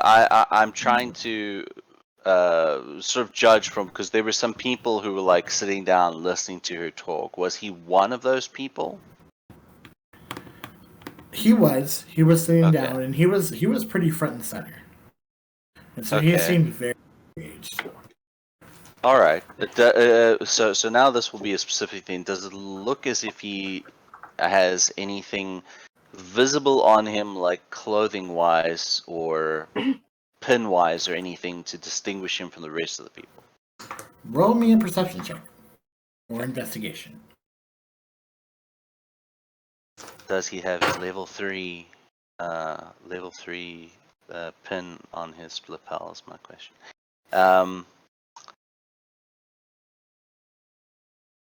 Perception will make a 13. No, you don't really see anything that's different. He's got like, maybe I'll take that back. He's got a sash that everyone else seems to have too. He's got his is like red with a black stripe.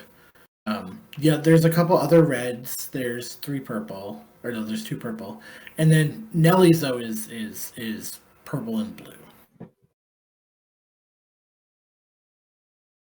Okay, so his is red and black, you said? Yeah.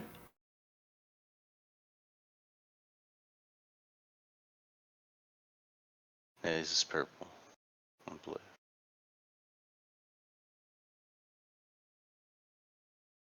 Cool.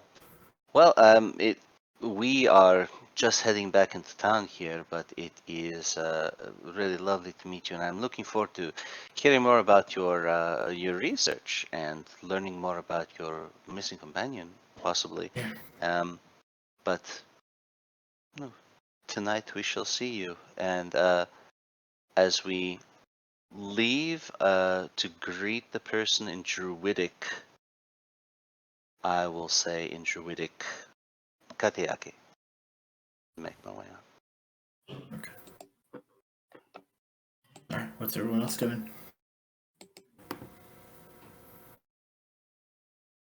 But I will definitely make my way back to where the group is.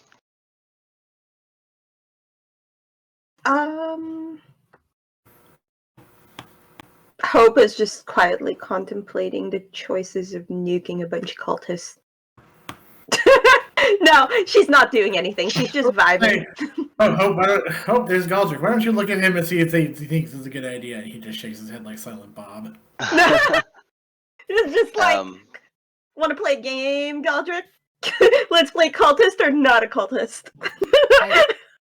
Have any of PJ, you? I will quickly say, PJ definitely followed Huit'zi'lin and made notes, just because they're starting to pick up a thing of like, okay, it might just be an idea if I just get notes for everybody. So they very much made notes and everything, and if Hope was to look over the shoulder at some of these notes, they would be a very crappy stick figure of what one can only be assumed as Patrick, that has very much been scribbled over and sort of messed with, as if this person has annoyed me, but I'm still making notes.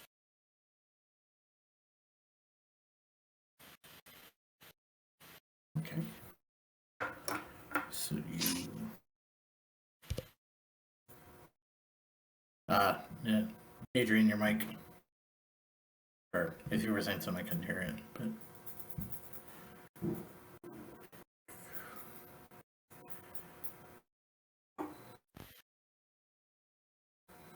To think last week it was last time it was my issue.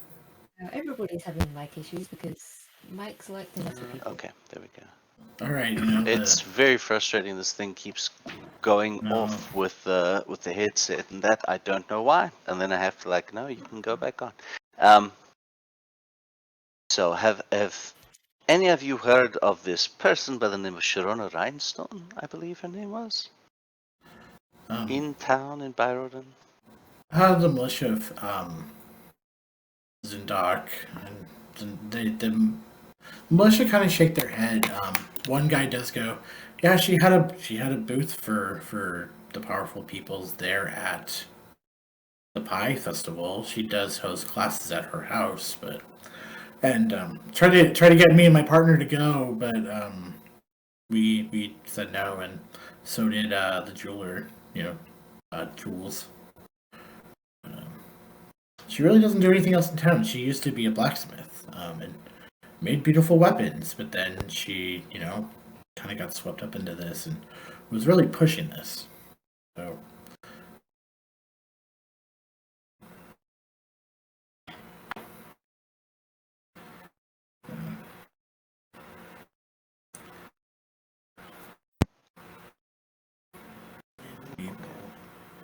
All right. So you're saying that she let this sort of self-actualization take over her life, and now she has no self besides actualization. Her goal seems to be serving this Patrick and his little company. It's akin to if a cleric who finds a god and jumps into the faith 100, both feet in, cannonball, and then that's all they do. I think it would be very beneficial to take one of her classes, and I'm looking at the others, don't you? Don't you think it would be wonderful to take one of this woman's classes? I think it would be immensely helpful. I think it'd be interesting to take one of her classes and take her out during it, but I don't know about actually taking the class. Let's maybe not do murdering when just yet. But yeah, going along to the class would be interesting. Strategically placed fire. I'm just saying. Strategically placed fire. Well, we have to find out exactly what it is that these people are doing to everyone first, though. Zundark, and it's your son Zundark just goes, I've been reading that, the Everlight says that we should, see if these folks can be redeemed. Not everybody. Like, obviously not the people you've killed so far, but, and I know that's strange coming from me because my father threatened to kill me because of one of these people. Forced me out, but I'm just saying. But those people over there, and he points to as they're in the distance. It's not like, it's not. Could they still be saved? And he goes, I'm sorry, I'm just. Yeah, those ones there seem, I don't know, like entry level. They're not right, maybe not fully indoctrinized yet. Yeah, Auntie Pike would kick my ass if I didn't try and at least redeem some people. Yeah, that's the spirit. Think of the ass kicking you get if you do something wrong. Yeah, I don't particularly want a freaking strong ass gnome to kick my ass while Uncle Grog just cheers from the sideline. That would be bad. Yeah, it sounds it. Indeed. Everything Hope would cheer along as well. Hope, will you be cheering along the ass kicking? I have very complicated feelings about this. Okay? But honestly, I don't like them. No, there's not a lot to like. I would set fire to everything around them, and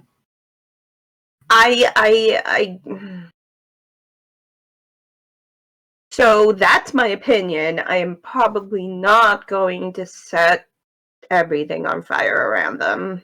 Yeah. I feel like I'm being judged by my new patron, even though he's not here. I would suggest that setting fire to a room in the middle of a town might not go down too well with the locals. I mean, I figured that much, but if you have to ask what my very strong feelings are about these cultists. And we don't know exactly how this whole... whether there's some kind of weird magical stuff affecting them and making them do what this Patrick fella says. I would strongly suggest that there is definitely some form of indoctrination that happens, and for those wonderful people over there, they have read a flyer and found something that resonates with them. I think that's about as far as it goes for them until whatever happens in these classes happens to them, and has happened to that poor woman who I need to see if I can get out of whatever she's gotten herself into, because on the other hand, I am going to get a look at some very interesting notes which are of great interest to me that have nothing to do with cults. So hopefully I can maybe steer her mind back more to her research. Yeah, me and Hope, we both have very biased opinions about this powerful people group. So I think both of us need to try and look at it from an outsider's perspective a bit more. Hope especially has them realize that that's understandable considering heritage. I think we need to start thinking like Auntie Pike, which is something I really dislike saying.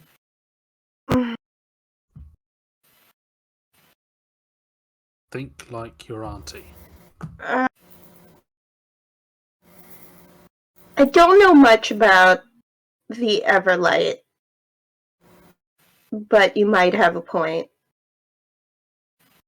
If we try to follow some of those teachings, it might give us a clearer perspective. So we're not going to just set all the cultists on fire, okay? I'll be good. Okay. Good decision. Yeah. Don't worry, I'm sure you'll get to set someone on fire eventually. Look, I think at this, if they attack me first, I can't promise they won't be on fire. and I will admit at this point, PJ, who just every so often has been like looking down and sketching something, will hand Hope a piece of parchment that just has a terribly drawn picture of what they imagine Patrick to fully look like, and just goes, "You can burn that for a minute."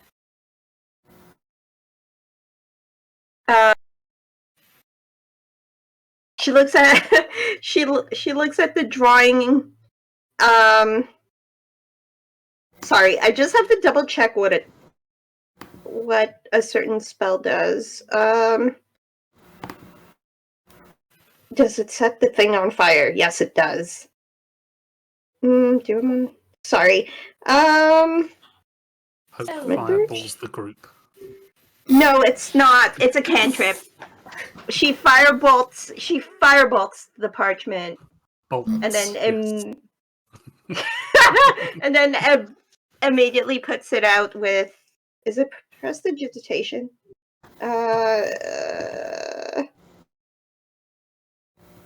Sorry. Yeah, she just does a series of magic. Oh yeah, snuff. So, yeah, and then she'll use prestidigitation to put the fire out on the parchment. You know, you really drew him with a punchable face. I approve. And then just hands back a partially scorched piece of parchment. PJ will take it back and just go, "Well, I thought it'd be best to at least have something to mess with in my book, so if it requires burning, then it requires burning." And just flips the paper back in the book. There's the book.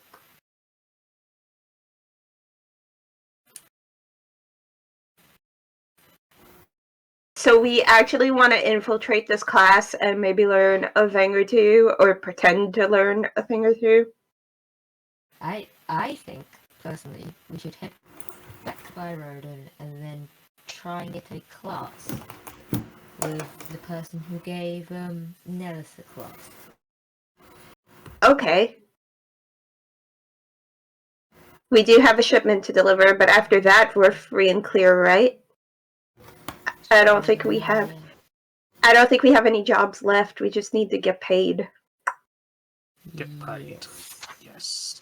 I need to Let me check look up at on the how my list of servants the are doing board and stuff. Sure.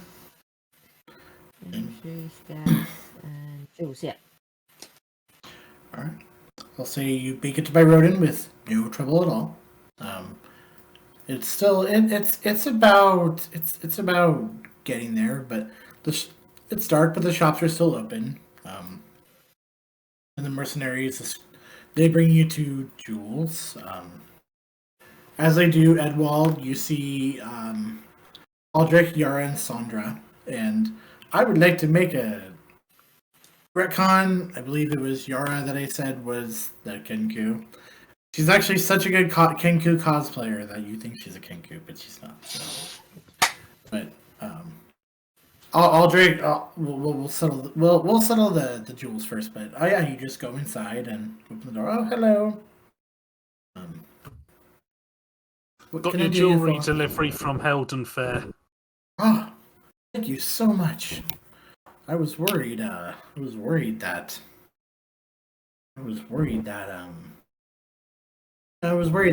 never gonna get here. Oh, well, thank you so much. Yeah, don't worry, Marcel kept it safe from the old rage, anger, fighting stuff that was happening up there. I hope he's doing okay. He's doing okay. Seems fine, yeah. Oh, well, here's some gold, and she gives you 200 gold pieces, 50 each. She counts 4 of you. Make sure that's all shared out. And then, yes, and this is when the time when Edwald, your servants, would be coming up, and Aldrich's taking the leave, and he's like, "Oh yes, Payment oh yeah, time. yes, imagine you were busy. We've just been helping out the local Dragon Scouts troop with their little jamboree, and you see in the distance, like, kind of beacons of light, small beacons, tents, stuff like that. Like, oh yeah, we're just helping them, passing the time and stuff." Right, good job. Right. Yeah, so he'll then take some of the gold and pass it out to each of them.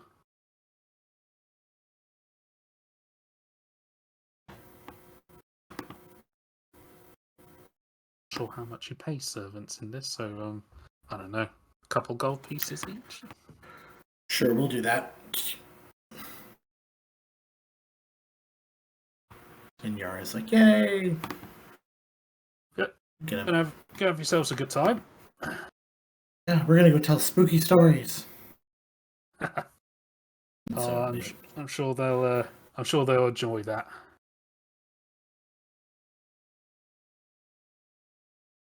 All right. Yeah, it's about dinner time. What would you guys like to do? Food. All right. What was the inn we stayed at previously? The Penny bags. penny bags. That's it. Yeah. Everyone good to go back to the penny bags?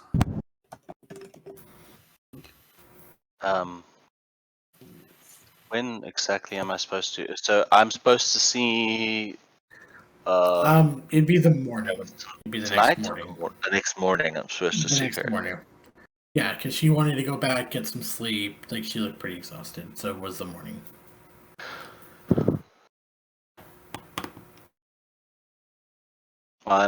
I still haven't settled in anywhere, so I am quite happy to lay up in this inn for a while. I'm sorry, I'm missing out in my brain there now. Had she said that Sharona is also close to this place, or she said she'd tell me tomorrow where Sharona's classes and stuff happen? She would tell you tomorrow. Okay, yeah, that's fine. Yes, I will try and get myself a room at this inn, I guess. As you do, Penny, the bartender, they're like, oh, hello again. Yeah, your rooms are good. They're all comped. The War Ringer brought the emissary back. Him and the War Ringer kind of went out and had some drink. They're out of town doing their thing. So, but yeah, your room and food is good. Oh, that's pretty fantastic. Well, what else is there to do in this inn? If I look around, is there anybody like I don't know, play any games or anything like that, like Roll a perception check. Dice or something, or Sure. Roll darts? a I perception don't know. Not very good. It's like 7. Oh, okay. You see a couple people in the corner.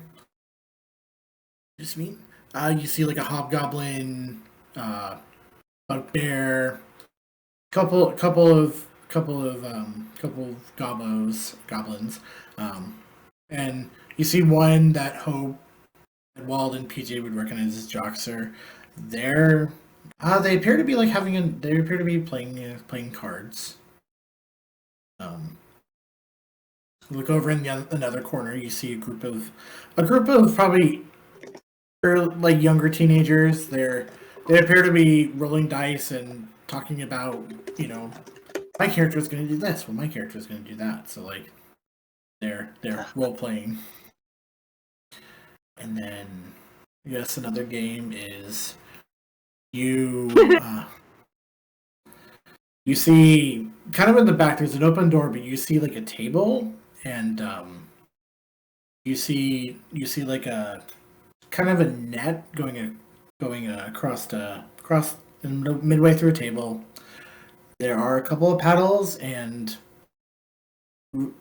tiny orbs that seemingly hover.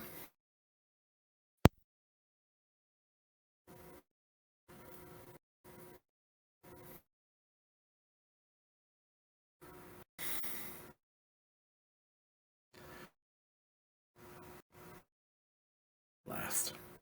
Sorry, Adrian. think your mic's gone again, Adrian. Mike's got to go. I'm sorry, buddy. I'm sorry. Yeah, the tech issues. Technical difficulties are just hating this night. Do you have Sorry. a question? Yeah. Oh, there you go. There you go. Yeah. You're back. Mm-hmm. All right. Yes. I was saying I'm probably gonna head to the place where they're playing cards and try and join in if I can. Yeah. One of them opens up. Yeah, come on. Hope, you had a question? Oh, into what was the name you gave the Goliath? Hoots. Oh, Hoots. Hoots. I just What are wanted you- to know if I forgot what happened to Hoots. I lost track of the Goliath. You lost track of the Goliath. Actually, the trio are there. They're there in the corner sipping wine. I would say Mother has like a big like tankard of ale. Hoots using this Goliath with wine. He's just like sipping it, and Punky is also sipping wine. Oh. And there's also another glass, and Hoots takes it, and he kind of playfully tosses it, and Punky's like, "No crying over spilled milk." And he kind of laughs. That's hysterical. Okay, so while I was just wondering if they were around, while Huit'zi'lin is playing cards, Hope's just gonna go over and join them with her own drink and, do Hope things. All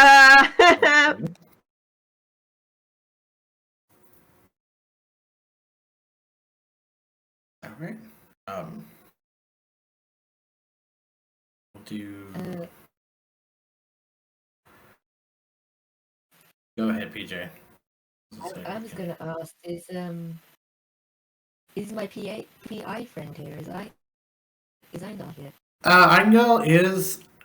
Angel is there, and him and so is his orc buddy Oos, and they both look at you, and they're like, "Oh boy," they almost look uncomfortably away for a moment, and they kind of wave. PJ is definitely going to head on over, just mainly to make sure that they've got the information that they asked to be passed on about Marcy. Marcy.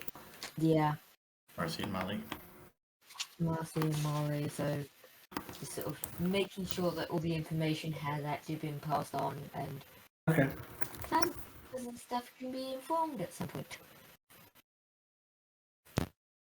Right.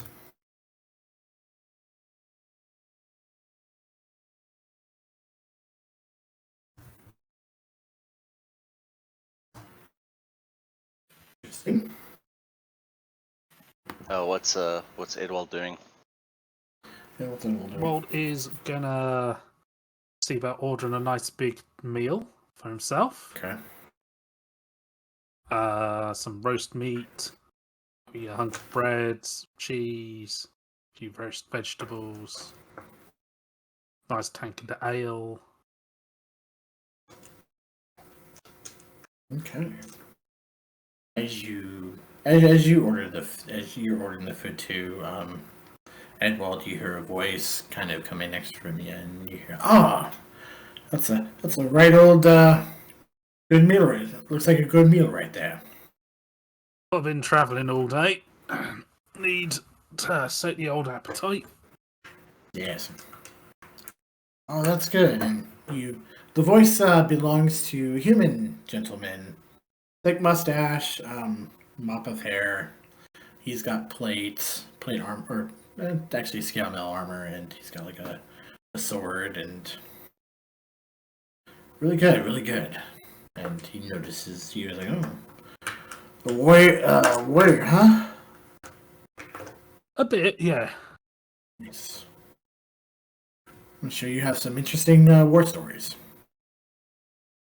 One or two. Most recently, definitely, yeah. Hmm. What of yourself? Just traveling through on my way to Whitestone. Oh, anything going on there? Lots of stuff is always going on in Whitestone. Depending on, you just gotta know who to ask. Oh yeah. I heard there's like a wolf in their graveyard.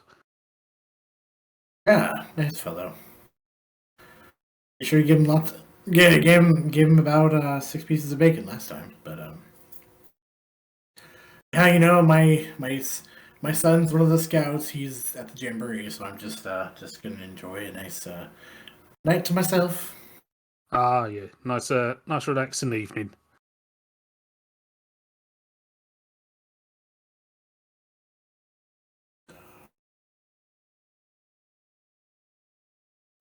All right. And then I guess we can go to Adrian. You ready to play some cards and flirt with the bugbear? Okay. How do you flirt with this bugbear? Oh, okay.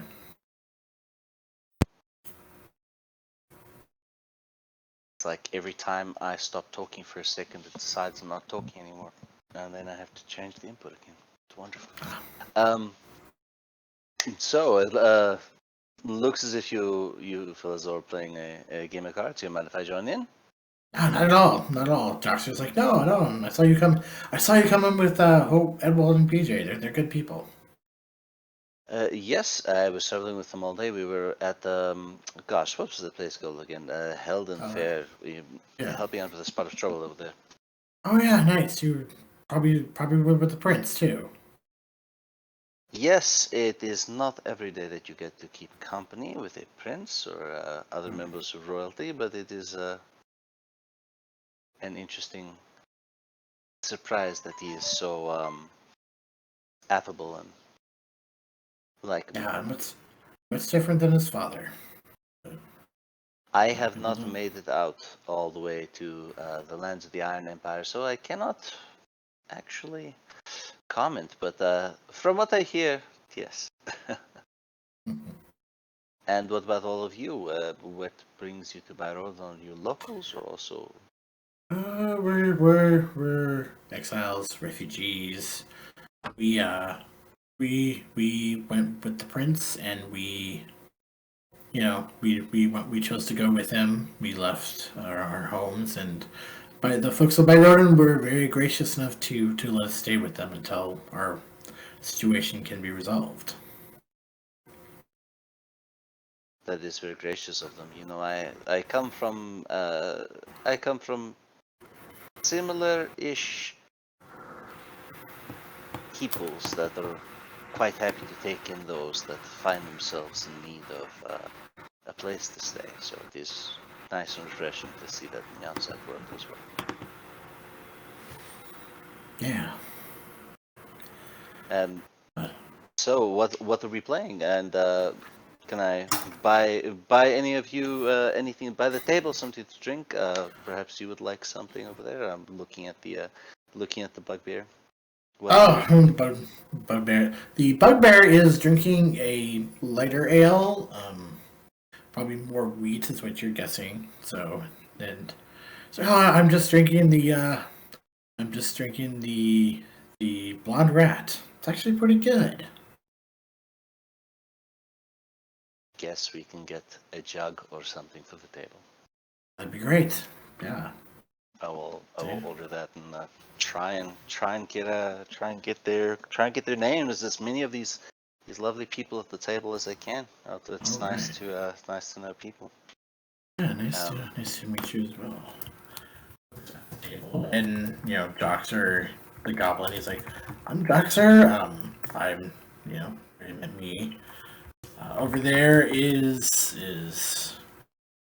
Ronaldo, also another goblin. And then next to him is the bugbear. The bugbear introduces themselves. I am Shira. Interesting. And as far as the bugbear goes, can't really, both masculine and feminine traits is what they both have.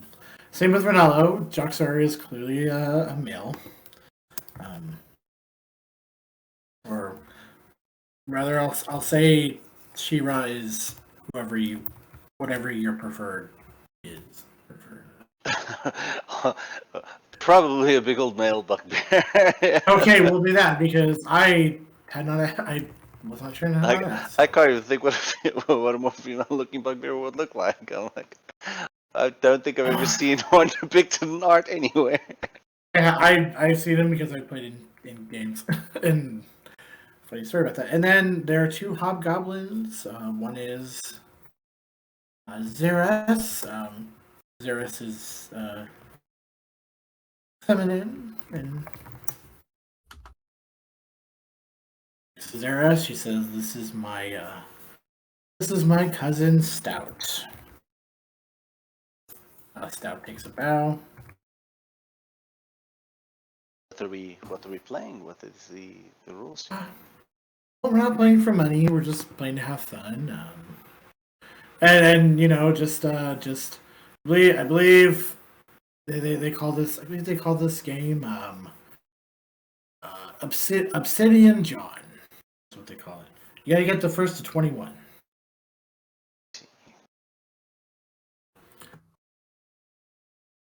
Well, deal me in. Yeah. And I would say roll. Okay. Roll me a d20. Okay. I got an 18. Okay. Okay. Joxer looks at you. He's dealing. It's like, do you want to hit or stay? I think I will stay. Okay. Joxer. Okay. Joxer get his cards, and then everybody else. Okay. Boom. Oh wow. Oh, nice. Good thing this isn't combat. I just rolled 2 20s. So you had 18. And then both Shira and Ronaldo, they're like, oh, 20. And Joxer's like, you got, there you go. We'll play again. And he's like, we're not really playing for money. Just playing. We'll play for rounds of beer. So if you lose 3 hands, you got to buy the table another round. I like those odds. Okay. You want to do another hand? Sure, why not? All right, roll d20.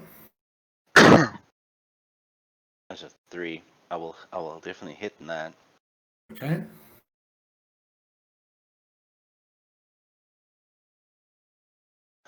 What's everyone else doing? Let's see.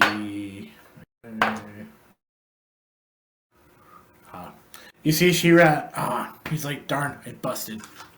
I will take the risk and hit one more time. All right. I believe I could probably get better. All right, I'm now in 19. I will stay. Okay. All right. And Ronaldo's like, I busted too. I was about to say something, but I'll keep it to myself. Yeah, and let's say, you win a hand, sir. Phrasing. Phrasing. I thought we were done for no one using phrasing. Sorry, folks. We're fans of sitcoms. as you cannot tell. But yeah, like the card games goes well. We'll go back to Hope. Hope, what are you doing?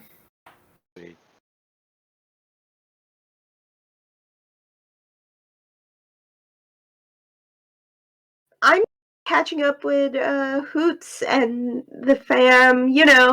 I'm just blowing off some steam, having a few drinks, that kind of thing. Yes. Yeah.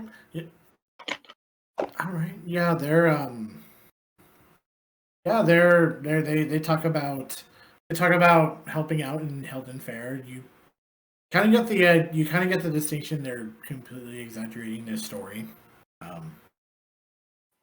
but it's still really entertaining for them to hear. And you also you hear Hoots like, yeah, we even ran into this weird elven person. He's doing nice, but this really weird cloak though. And Mother's like, yeah, it was weird. Didn't smell that good. Wait, weird elven person? Yeah. What else do you know about this? What's his? And Punky's like, what was his name? Peter, Paul. Mother's like, it was Pod. Oh, he just asked how we were doing, helped us out, gave us a couple gold.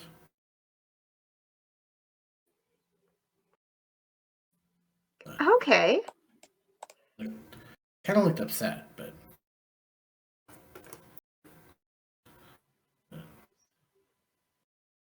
he's like, that dog was nice though. Cute boy. Cute dog. Hoot says, I had a wolf like him once.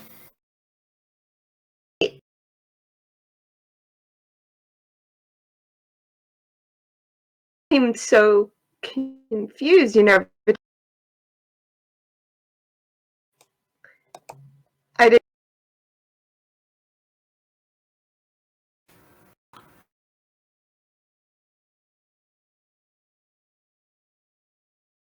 Hello? Nope. Is my audio It was You did cut out. You did cut out a bit. Kept cutting in and out. Sorry, my internet is being weird. I just said I didn't know you were into wolves. Oh, I love them. Love those. Love them. I love all the good boys. Wolves. People. Dragons. Dragonborn, he says, looking at Punky, who kind of shits with a smile. But, yeah.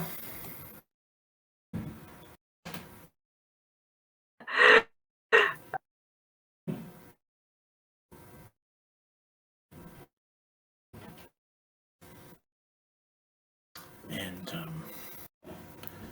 so this time, Hope, that you kind of probably throughout the last since the manor, kind of been feeling your your holy symbol like changing a bit. It's no longer a holy symbol. It is it's like a little statue of a dog, like an onyx statue. Is what it is now. Hanging from my neck? Yeah. But it's just a statue. Okay. It's just a statue now. It's like a little statuette. Yeah, it's like a statuette. If you've ever read Bob Salvatore's Dritz books, it's Guinevere's statue. Okay. She'll pull it out. I have a necklace, but it's not a statuette. I just That's gorgeous. Did you get that here in town? No, actually,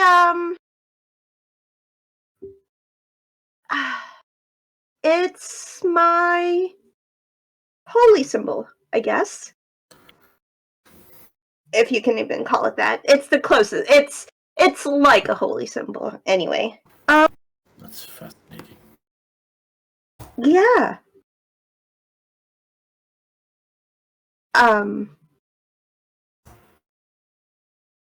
I've been going through a few changes, so a little shift in my affiliation, I guess, is you could put it that way.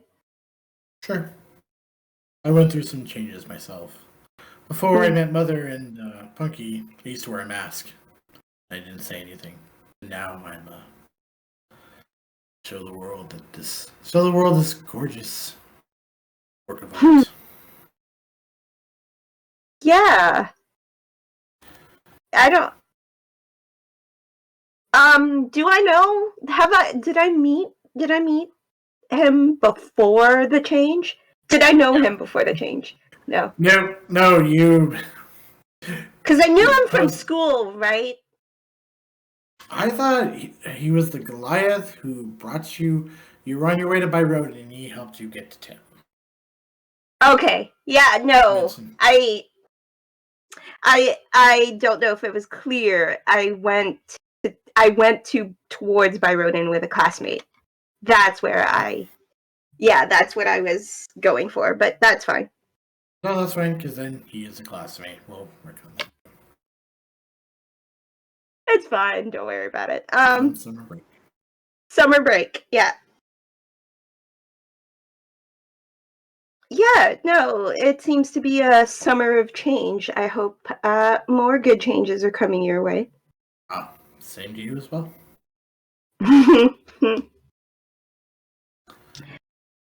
I think the last thing she'll say after having hung out with them for a while is, I don't know how much you guys know about the powerful people, but I would suggest staying very far away from them. And then she finishes the rest of her wine and winks at Hoots and says, I will see you guys around. I'm going to go up to my room. And she will leave. Okay. You're going by yourself? That's not an invitation? It's not an invitation. Okay. I was like, if you wanted to romance. Anything else anybody wants to do before the night's over? Romance activities? It's not an invitation this time. Okay. Okay.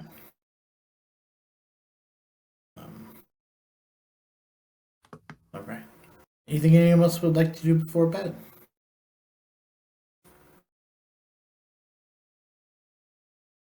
Other than, talking to Anger about all this shit with the powerful people.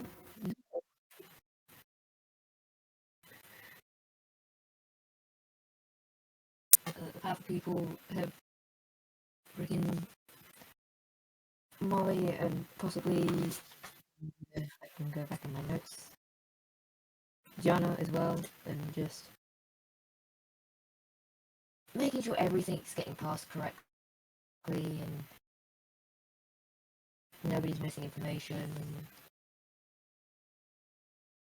basically informing Anger that information needs to be passed on to Whitestone because, and I believe it was written somewhere on a note or something that the powerful people were in Whitestone. It's yeah, I need to make sure that doesn't happen. So it's just making sure information is passed that can then be passed on even further and shit can be covered. Sure. And Angel nods and he goes, is that all you want us to pass up to Whitestone? PJ will kind of give a look as if to say, you're holding something from me now, aren't you? And just goes, what's that about? Well, I'm just assuming that you'd want... And Angel thinks about it for a second. Well, I mean, I'm sure that your mom would probably like to know that you ran into your dad. I wouldn't exactly class it as run in so much as he appeared, had a conversation with Hope, I had recently killed someone, so I had come up, had a full-blown panic attack. Next thing I know, he's gone, and I'm in a different location after going catatonic. And I think Cody's hiding something from me about it, but I'm not going to ask. Okay. That's... And Oos is like, well, then it's probably best we let you two resolve that. So, but, anything else anyone would like to do before bed?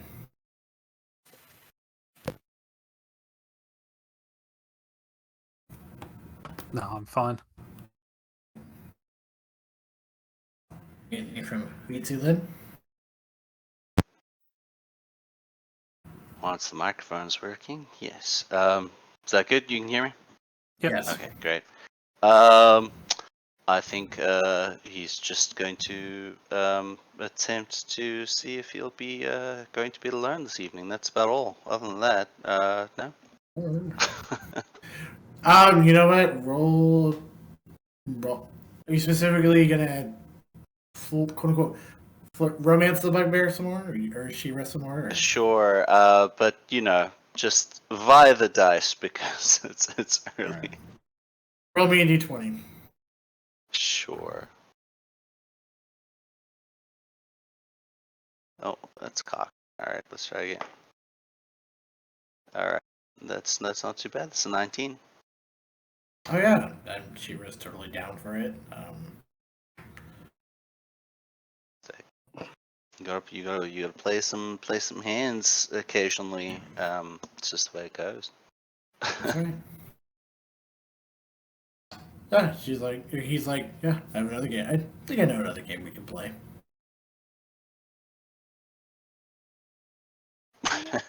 It gives you that eye too. Distinct wink, but but obviously we will fade to black on that. Yeah. Hope before you go to bed. Before I go to bed, I am going to go to PJ just really quickly to check in, and I'm going to say, how are you doing? Better? Now that we're back in a more familiar place, I'm definitely more in control of myself and I've passed on information correctly. Yeah. Nothing that he told me. He said he just wanted to see if you were okay. That's all he told me. Did he talk to Ed at all? I don't know. I was with you the entire time, practically. If he said anything to anyone else, I was with you the whole time. I'll talk to Ed in the morning and it's alright. Listen. I think I just need to sleep. I know there's a lot I don't know about this whole situation. I mean, for a long time I was the kid, nobody ever tells the kid anything, but, I'd like to think that we've evolved past that and you can talk to me like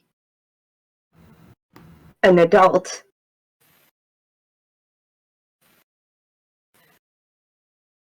Hope. I've told you everything I've ever known about that. Okay. I knew my dad was elven in some description.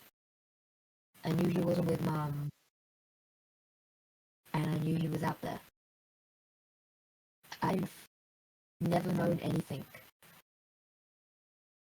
about who he was. Mum's raised me my entire life, for as long as I can remember. I don't know Okay. anything different. Okay.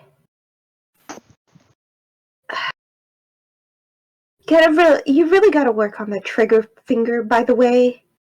Really shouldn't just be shooting people's brains off.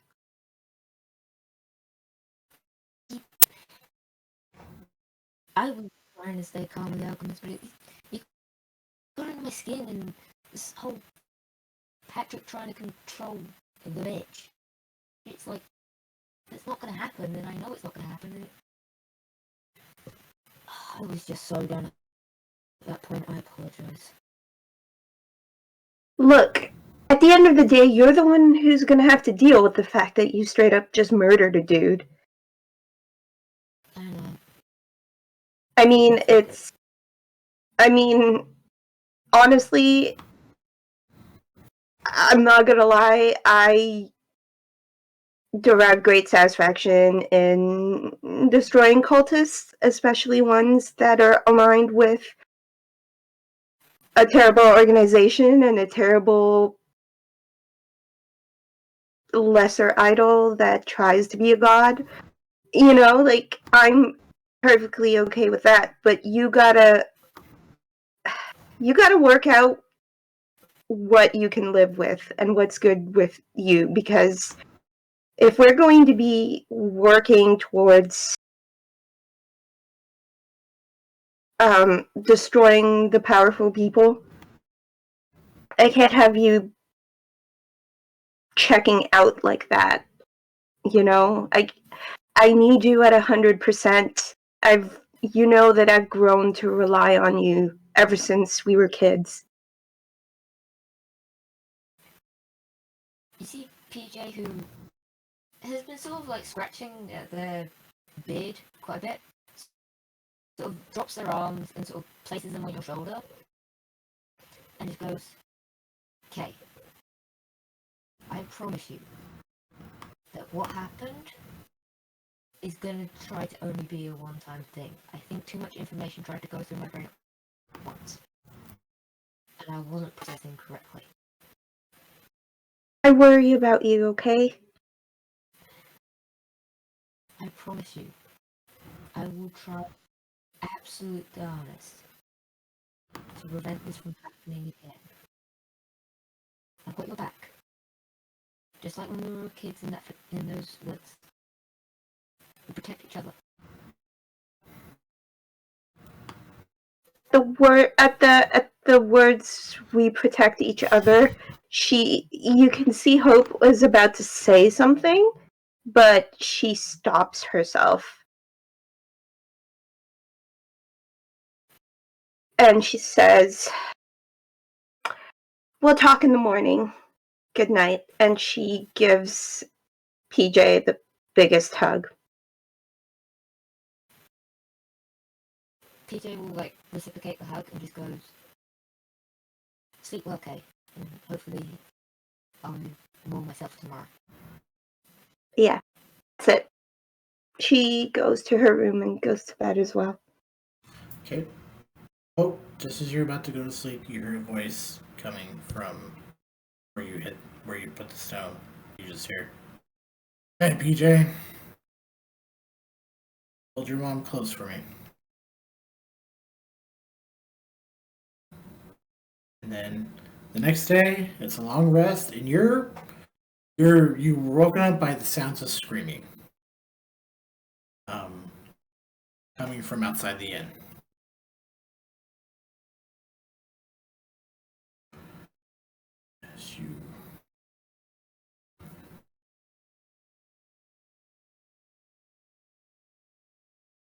As you do. So everyone's gonna go check it out?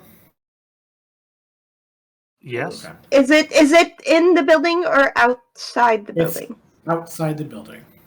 I'm gonna my immediate reaction is to stick my head out the window. Okay. Yeah, I was about to say that's my immediate reaction as well. Looking outside the window, near the penny bags, and there is a beautiful oak tree. It's where people play. And you probably passed it a few times on the way while you're traveling around Byroden. But this time you see a grisly sight. As you notice, there are 5 bodies hanging from the tree.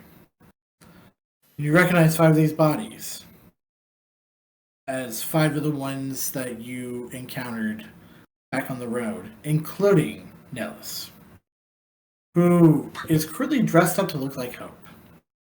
And the others are kind of dressed up to look like you. The orc looks similar to Edwald. You know, and humanoids. Guys, we gotta kill little Gideon. I was gonna say, yeah, the dwarf's body is not there.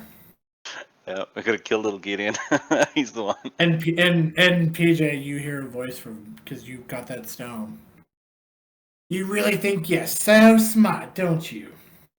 Didn't even see me in plain sight. Oh, I'm gonna get you, boy. I'm gonna get the rest of you. You really want to do this? Come to Signgorn. I'll meet you there.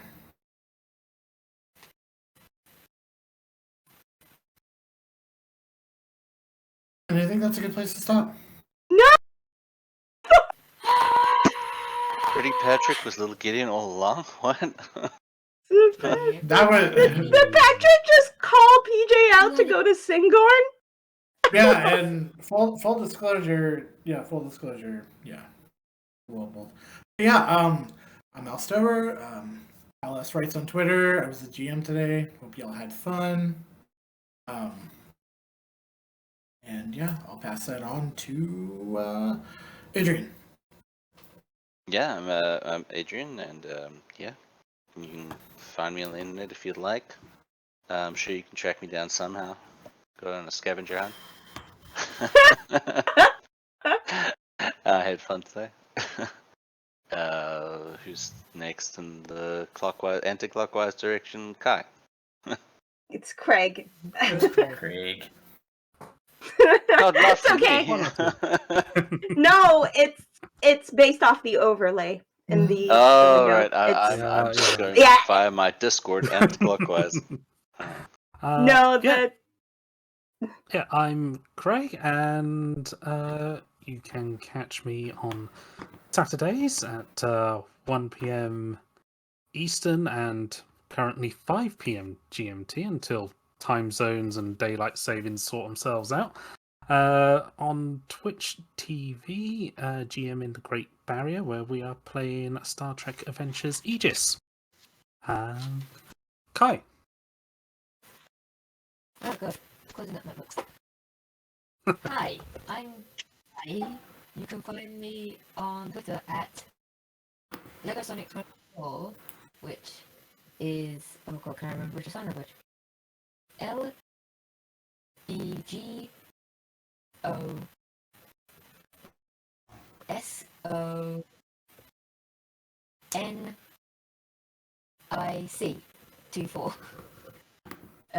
You can find a bunch of stuff to do with me, including the podcast. Anne. Holy crap! Okay, it's me. Hi, I'm Anne. This is my channel. I was playing Hope, the Divine Soul Sorcerer. A lot has happened. Woo-wee!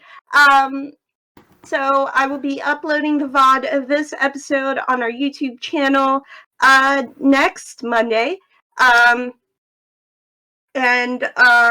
You can find me on the Girls Run These Worlds Twitch channel tomorrow evening at 8 p.m. Eastern for some masks. On Wednesday, I will not be on the channel, but the rest of the party of Shadows of the Lost will be here on this channel starting at 6 p.m. Eastern. And yeah, that's it for me this week because I will be traveling and I will not be playing a Power Ranger this week. Feels bad, but that's okay. My character is currently all disappeared and missing, and her friends are going to find out about it this week. I cannot wait to watch that VOD. We will be raiding over to Redemption VA. Red is a good friend of mine. They're playing some Pathfinder. So, remember that there are people on the screen telling a really rad story. Make sure y'all show up and give them as much love and hype as you do us on this channel. And I will see you on the next adventure. Have a good night.